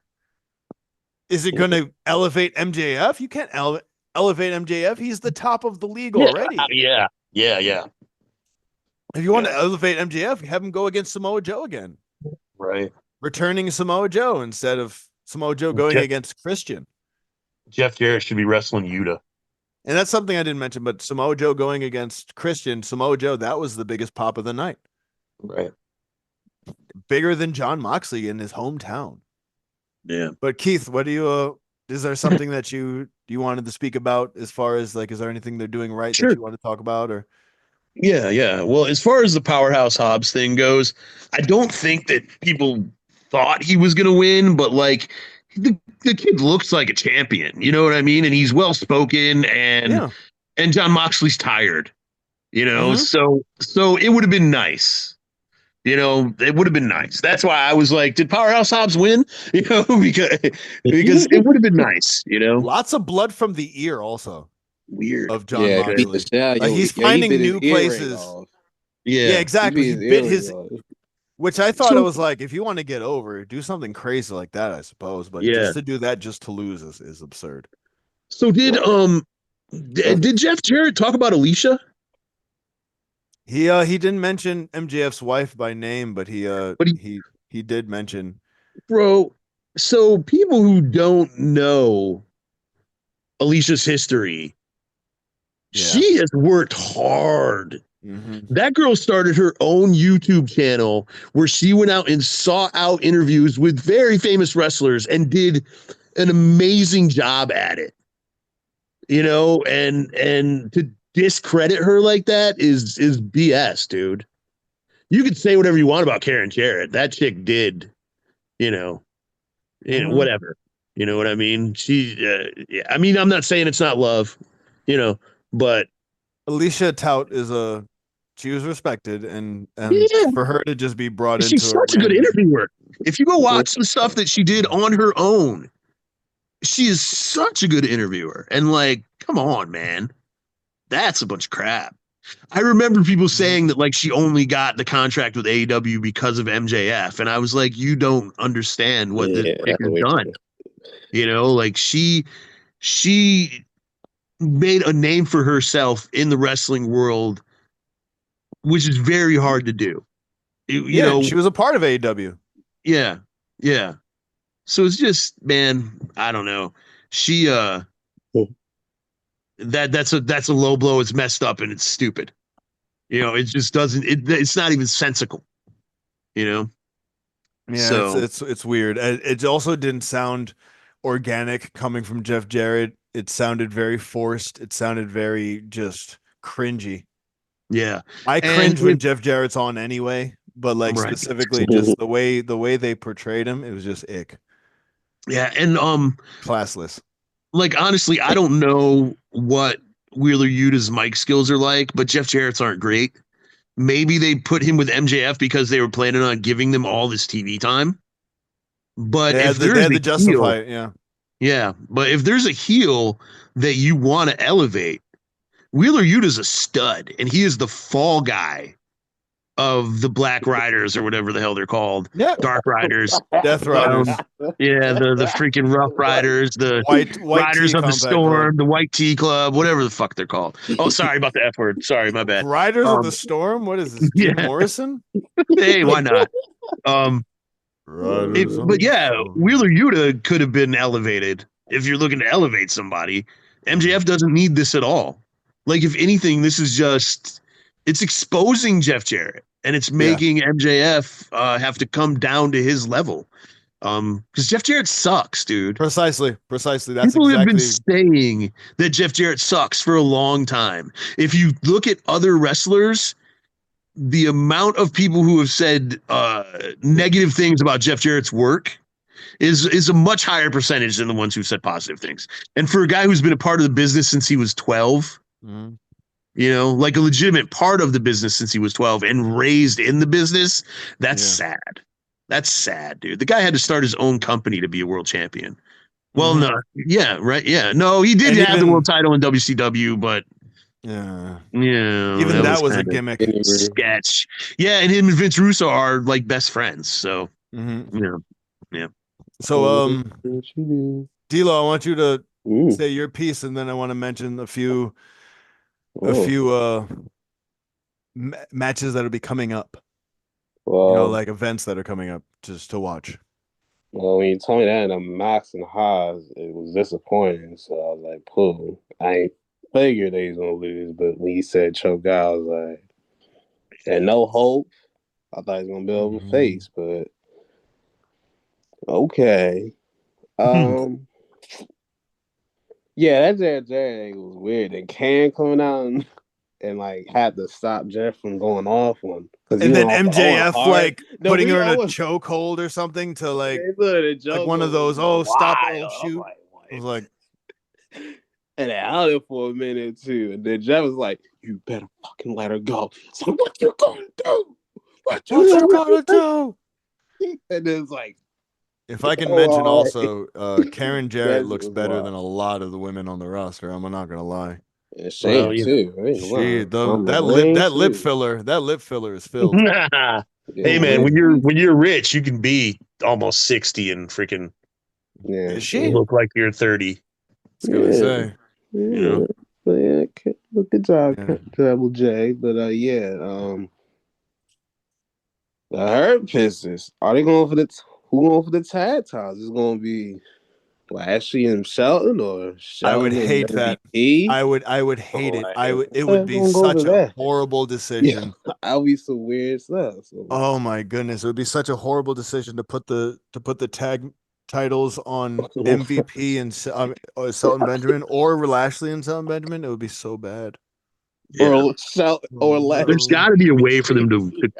Dude, I hope Leo Rush and Action. What's his name? What's his, Andretti. yeah, join the Hurt Syndicate, and they're the ones who freaking. If anyone's gonna win the tag belts. I don't want at that point it's just going to be a huge faction and just call it Black People Meet. Yeah, like just then like literally. What's going to be? It would be the Nation. Part and the action two. Be Owen Hart. You do Yeah. that for. Oh my Action would goodness. be Owen Hart. Oh yeah, because he was Enough is enough, and it's time rest in peace. Change. He had to change life. Enough is enough. It was time for change, baby. You know how it goes. He's the only person that was both white, black, and blue. Yeah, he was off. That's a reference right there. Yeah. He's multicultural and blaze a path. Oh man, but yeah, I did think that the last few weeks were better, but this was definitely a step down considering that it seemed very, very flat, and I'd like AEW to kick it up because they have to kick it up or else they're going to get left in the dust by TNA and WWE now joining forces. Tag team, baby. Which seems did you guys see that? Did you guys see that? The week that they're in Australia is the All-Star game. Yes. All-Star game. Not only that, man. All in Texas is going to be the same night as the Saturday Night Main Event. Oh, they're screwed. Exactly, that's what I'm saying. They're so screwed. When you're All In is going to do less than Saturday Night Main Event is wild. Yeah. Okay, so now I would like to mention a few shows that are coming up that I think would be really cool. But sold out show in Chicago, HOG Watch the Throne. Yeah. Be some big matches on there. Santana versus Zilla, I believe, is on there, and then Matt Cardona against Mystery or somebody. I don't want to get it wrong. Whatever. Who's humming in my ear? No, I'll say Watch the Throne because I was thinking of. He was doing a reference, man. He was doing a reference to Jay-Z. Watch the Throne. Yeah, we just didn't. Yeah, we don't talk about Brooklyn rappers on this podcast. Hey now. Yeah, no, Jigga. Can I get a what? I am no. Can you not get a what? I'm a Nas fan. Oh, even though he did the Bronx, the bridge is over, and he dissed the entire borough of the Bronx. But I've always been Nas over Jay-Z, and we can have that. Can I say something super quick? Okay. I want to give a shout out to my buddies, Eric Dillinger and Josh Crane. I have known Josh Crane since he was 14 years old. One of the most determined young men that I have ever met. The kid's been wrestling almost his whole life. I think he's 30 at this point, and he's a 16-year vet. They just got back from Japan, and when they got back from Japan, the security guards who held Jeff Jarrett back on AEW, that was Eric and Josh. So they're my boys, man. I love those guys. The ones that couldn't hold back the 57-year-old. Yeah. Eric is one of the sweetest human beings that I have ever met in my entire life. Sweet is not a compliment where I'm from. It doesn't matter, dude. He is. He's one of the. He's just such a good dude. He's married to Paloma Star. Speaking of Chicago, so for those of you who know Paloma Star is, but yeah, man, Eric and Josh, great people. I'm so happy to see them getting opportunities. They just got back, like I said, from a tour of Japan where they did big things. Met Mr. Danger, competed in main events at BJW. That's a wild promotion. That's crazy. Big Japan's insane, dude. Man. There's crazy crap happening there, but yeah, I was so happy to hear that they got on AEW. And this isn't the first time. They actually had a tag match on the AEW YouTube show, I think, this week too. So, and then they got to do security. They got to do security. So. Yeah. I think that's what it is. Yeah. Thank you, Keith, for taking the indie spotlight because now I can't mention mine. I'll mention mine next week now, but there's Of course it could. That was AEW. That was AEW that was related. still enough. Okay. Enough of a rub for Indie Spotlight. I All right, can man. wait. I mean, I also have to wait until my guy has his next match, and I think that'll okay, right on. make it better. So that works. Well, either that way. wasn't my intention. My buddies were just on AEW, and I wanted to talk about That's it. Keith's gimmick. So- he derails. Yeah. Oh, dude, a really quick Eric Dillinger story, because screw it now. So he was booked in my main event one night, and the match was Jordan Dye, Chico Suave, Anthony Lee, and Eric Dillinger. That was my old nickname back in the day. Chico Suave, nice. Yeah. We were doing a match. We were doing a show at a fairgrounds, and they had these big ceiling fans. So we shut off the one that was in the middle of the ring, but we left one on that was kind of in the corner, just barely over the turnbuckle. And we told people not to go up on that turnbuckle. So during his entrance, Eric wasn't even thinking. He took his shirt off and stuck his finger in the fan and almost lost his finger. The fan goes that fast? Yeah, dude, that fan was like, oh, it was an industrial fan, yeah. It was one of those big ass fans. If you know what a big ass fan is, it was one of those. Yeah. Ooh. So he stuck his finger in it. I thought you were gonna say his shirt got stuck and then he like no, dude, it was his finger, and he almost lost his finger. He came to the back. I got 9 more. We wrapped him up. I gave him his pay anyway because I wasn't paying him that much, and dude almost lost his finger. Plus, he came from Chicago, so yeah. But the thing that's crazy about Eric is that whole time he was worried about the 3 guys out there still being able to put on a good match, and how they were going to have to rework the whole thing in the ring, and he kept apologizing to me, and that is the kind of dude that Eric Dillinger is, man. And all the success that he gets, he deserves. And Shout out and check them out. Super happy for him. Yeah. Look up those names, check out their body of work, check out where they'll be. You know, and like I said, always check out for future stars, because that's what all indie wrestlers are to us. They're future stars, because we are the ones that elevate the talent, you know. Yeah, but I do want to preface because I was talking about HOG. I want to mention what the main events were, because I did misspeak. It's not Zilla versus Mike Santana. So I'll mention 3 big matches. There are a few matches on the card, but Amazing Red versus Charles Mason, who is the Charles Manson gimmick. Right. He used to be the champion and very good wrestler, facing his teacher Amazing Red, which is pretty much just a rub to you graduating at that point. Right. HOG Crown Jewel, which is kind of their mid card a little bit. Zilla Fatu against Matt Cardona. Okay. And this is a sold out show in Chicago, mind you. And then the HOG heavyweight title match, which was referenced on Defy. It's Mike Santana, one half of formerly LAX, against Ricky Starks. Interesting. So Ricky Starks is actually going to be on. If you guys want to see Rock Jr., the Pebble, if you want to see him wrestle, because you can't see him wrestle on AEW, watch him over there. Shout out to the Pebble. You know who else you can't see wrestle on AEW? Ray Phoenix. They removed all of his merch. They're not. They removed all of his merch because they're so mad that his brother decided to sign with WWE. That's called sour grapes right there, and that is not something good. That's not something good for a.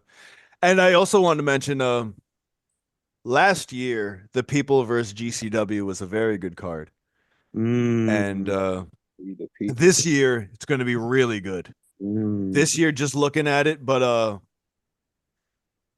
I'll mention a bunch of them because they're pretty. Is this relevant. the main event with the King of Steroids? You mean, is that the main Mance? No. I'm talking about Barnett. Is that the GCW show? Yes. Okay. King of Steroids. Yes, he's the king. Yes, the king. So, he damn near invented steroids. Yes, exactly. I want to mention though, he was one of the UFC champions that lost his championship because of steroids. Right, he shut down an entire company because he lost his exactly 100%. Yep. Yeah. I can't even remember what the company was called, but they had a huge first show with Fedor and Tim Sylvia and Josh Barnett, and then And Josh Barnett was their star. They were building the company around him. Right after that event, he tested positive for steroids, and they shut the company down. Yeah, I can't even remember what it was called, but Ladies and gentlemen, if you ever Well, wondered why Keith could never be a train conductor, hey now, it's because he off keeps the going rails, off track. baby. Yep. Yeah. But But it's all specifically, relevant. It's all relevant. no, yes it is. Yes it is, and no, it's It's all not at the relevant. same time. So damn, I'll Josh. mention a few because they're actually a lot of people that we've mentioned on Indie Spotlights are on here. And there's also something that's very, very interesting that might happen, referencing the Tessa Blanchard thing we were talking about in TNA. Mm. All right, so Richard Holiday against Charles Mason, the K's Mask, so he's doing double duty this weekend. Amazing Red is also going to be in a big match, a six-way match. But Against who? a weird one. Los Desperados are facing Little Guido, Super Crazy, and Tajiri. What, a ECW Whoa. throwback? Exactly. Whoa. Also ECW throwbacks. A few other people are on here. Masato Tanaka versus Joey Janela. Okay. That's its wrestling clash. Megan Bain against Addison Kogar. Atticus Okay. Kogar, I mean. And Atticus, good. He's yes. good. Talented guy. Versus Megan Bain. Interesting. And it's going to be an interesting one. Matt Cardona faces a mystery opponent, which I've been wrapping my head around to see who it's going to be. And I don't know who it's going to be. But I have a feeling it's going to be a huge swerve. Wink, wink. Josh Barnett facing. What if it's Nick Gage? What happened? What if it's Nick Gage? That would be a good one too, actually. Yeah. The two King death matches against each other. Speaking of interesting matches, in a blood sport match, the aforementioned King of Steroids, Josh Barnett, against Tom Pestock, aka formerly known as Baron Corbin. His first indie match is a big one. First, That's a big one. Considering that he just won a Brazilian Jiu-Jitsu or was second place in a tournament. Yeah. Something that MVP has also mentioned. He's a Masters champion in Brazilian Jiu-Jitsu. A really good flippity match. If you like flippity matches, the king of flippity flips is facing the prince of flippity flips, El Hijo de Vikingo against Sidney Akeem, formerly known as Reggie or Reginald, the guy who does like the super handstand cartwheel cutter. Wow. Where he does like an absurd amount. That's gonna be flippities. I'm gonna need a trash in this match because damn, they gonna be putting ass on. Oh my god. Yeah. There's also a GCW Extreme title and vacant Ultra Violent title, which is going to Maki Ito. Okay. It's Maki Ito against Matthew Justice, against John Wayne Murdoch, against Matt Tremont versus Brandon Kirk versus Dr. Redacted versus Drew Parker versus Rina Yamashita. In a DLC match. Oh my goodness, so many people. I mean, Tremont could win that. Read that. That DLC match. But it's going to be Maki Ito. They love her. Yeah. She's the queen of the death match. They love her. Gotcha. And then I want to get to these two, which is big. The tag team formerly known as Bussy. They're facing each other. Effie versus Ali Catch for a shot at the GCW championship in the main event. Oh man. The winner, who I almost guarantee will be Ali Catch because I think JBL is going to attack Effie again. Ali Catch is pretty much going to face Mance Warner for the GCW championship. JBL attacking Effie is a whole nother level of heavy. That's what it is. Yeah. It's going to be in Hammerstein Ballroom, which tells you that I just assume that JBL will be there. Yeah. And, it's but yeah, could we see another woman win a main championship? And I think that Mance would put her over. He's, Oh, for sure. Yeah. It's going to be a bloody match.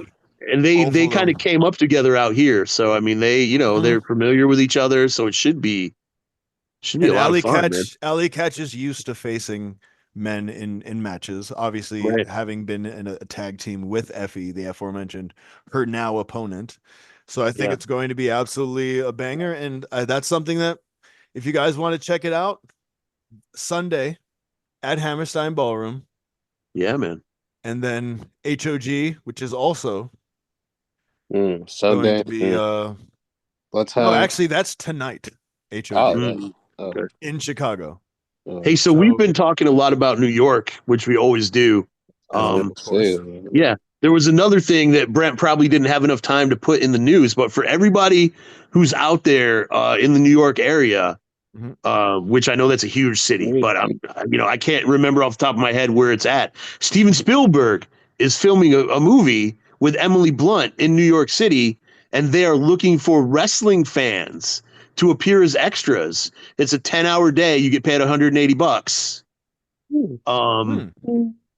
and they just announced that yesterday. So, yeah, man. I'm sure you can look up the information online as far as who to Actually, contact and all that stuff. it's a South Jersey from what I've heard. The Oh, it's South casting, Jersey. Okay, right on. Okay, my bad. So it's South Jersey. because they're Um, apparently they're filming in Cape May. It was funny because okay. I won trivia on Wednesday, and they were actually talking about that, the fact that Oh, Emily Blunt was in a movie about the Hudson River or whatever. yeah, it's some kind of an And alien invasion movie, I guess, but they're gonna have a wrestling scene in there. So, interesting. they're All right. looking for people to play wrestling fans. Um, Which and will you'd be in a Steven preface. Spielberg Yeah. movie, dude. Mhm. It So, will also preface the fact that we will at some point talk about wrestling related movies and in one of yeah, those yeah, we've been wanting to episodes. do that, so it'll be But I fun. think this was a really big weekend There's for always it's always a big news week. There was news coming in, obviously, right up till yesterday because we up to had to yesterday with the squeeze it merger, in. yeah. And the merger Yeah, is really important because, like I yeah, said, this is going to show the progression or digression of WWE and all of wrestling as we know it. right, right, This is right. going to open so many doors and they're going to close a few doors. Yeah, You yeah. know, I it's going to put a wonder if lot of this is heat going under to people's be. asses. I wonder if this is going to be an ECW situation though, where I eventually WWE absorbs them. I think it would You be know, really bad because then it would further bury ROH, right? and ROH is not a bad program. They Yeah, got good champions. Athena's doing her best. for sure, for And sure. And Lord knows. And the Nueve, the time that I booked Billy Starks, she was kind of rude to me, but Okay, another heard. girl from this area, you know what I Mhm. mean? So Young I was girl too. paying her and she was kind of rude to me, so that kind of sucks, but Mhm. whatever. Shout out to wrestlers. Remember, be nice to who you are. Be Yeah, nice man, to the because we people can talk around about you it on because podcasts. because you don't know who's going to have their own podcast. Yeah, we can And talk now about it that on podcasts. I mentioned the Hammerstein, it might Yeah. be that Matt Cardona faces Chris Jericho. He might be the mystery opponent. Hmm. Just thinking Okay. about it because they're going to be in New York and they've already Yeah. fought each other like recently. But Right. Right. yes, I'd say that Real was hot minute. exactly our 2 hour slot right there. Sweet. So we right there, and I think we talked about plenty that we need to. Yeah, man. I have an interview in 20 minutes, Good and luck, brother. thank you. I have myself behind me. I'm not gonna lie, the economy has been really, really bad to us. Yeah. Lord Yeah. knows it's hard to find any job. Like I've had 3, 4 interviews in the last 2 days. Yeah. For those of you who were listening on Kish Radio on the live, there was a dropout. Um, so check us out on Spotify. We will also be sending the audio over to Kish Radio so that you can catch up on the audio side of it. But as far as the video side, there was a dropout at some point during the podcast on Mhm. Kish Radio side. So I we think it's apologize familiar. for that. Technical difficulties happen. Mhm. You know, Otherwise, check us out on Spotify. Like I mentioned in the beginning, check us our out new on YouTube. YouTube, Roundtable Wrestling. You know, look us up, give us a like, give us a follow, and then keep listening out for us. We're going to be bringing you all the news. I'm Yes, thinking sir. either next week is All next week or the the day or 2 days before the Royal Rumble, or is it the week after? the week Uh, after. The The week week the after. week after? after. Okay. Okay. We'll go over our predictions the week after and then we'll have a I regular already gave show. mine, but Yeah.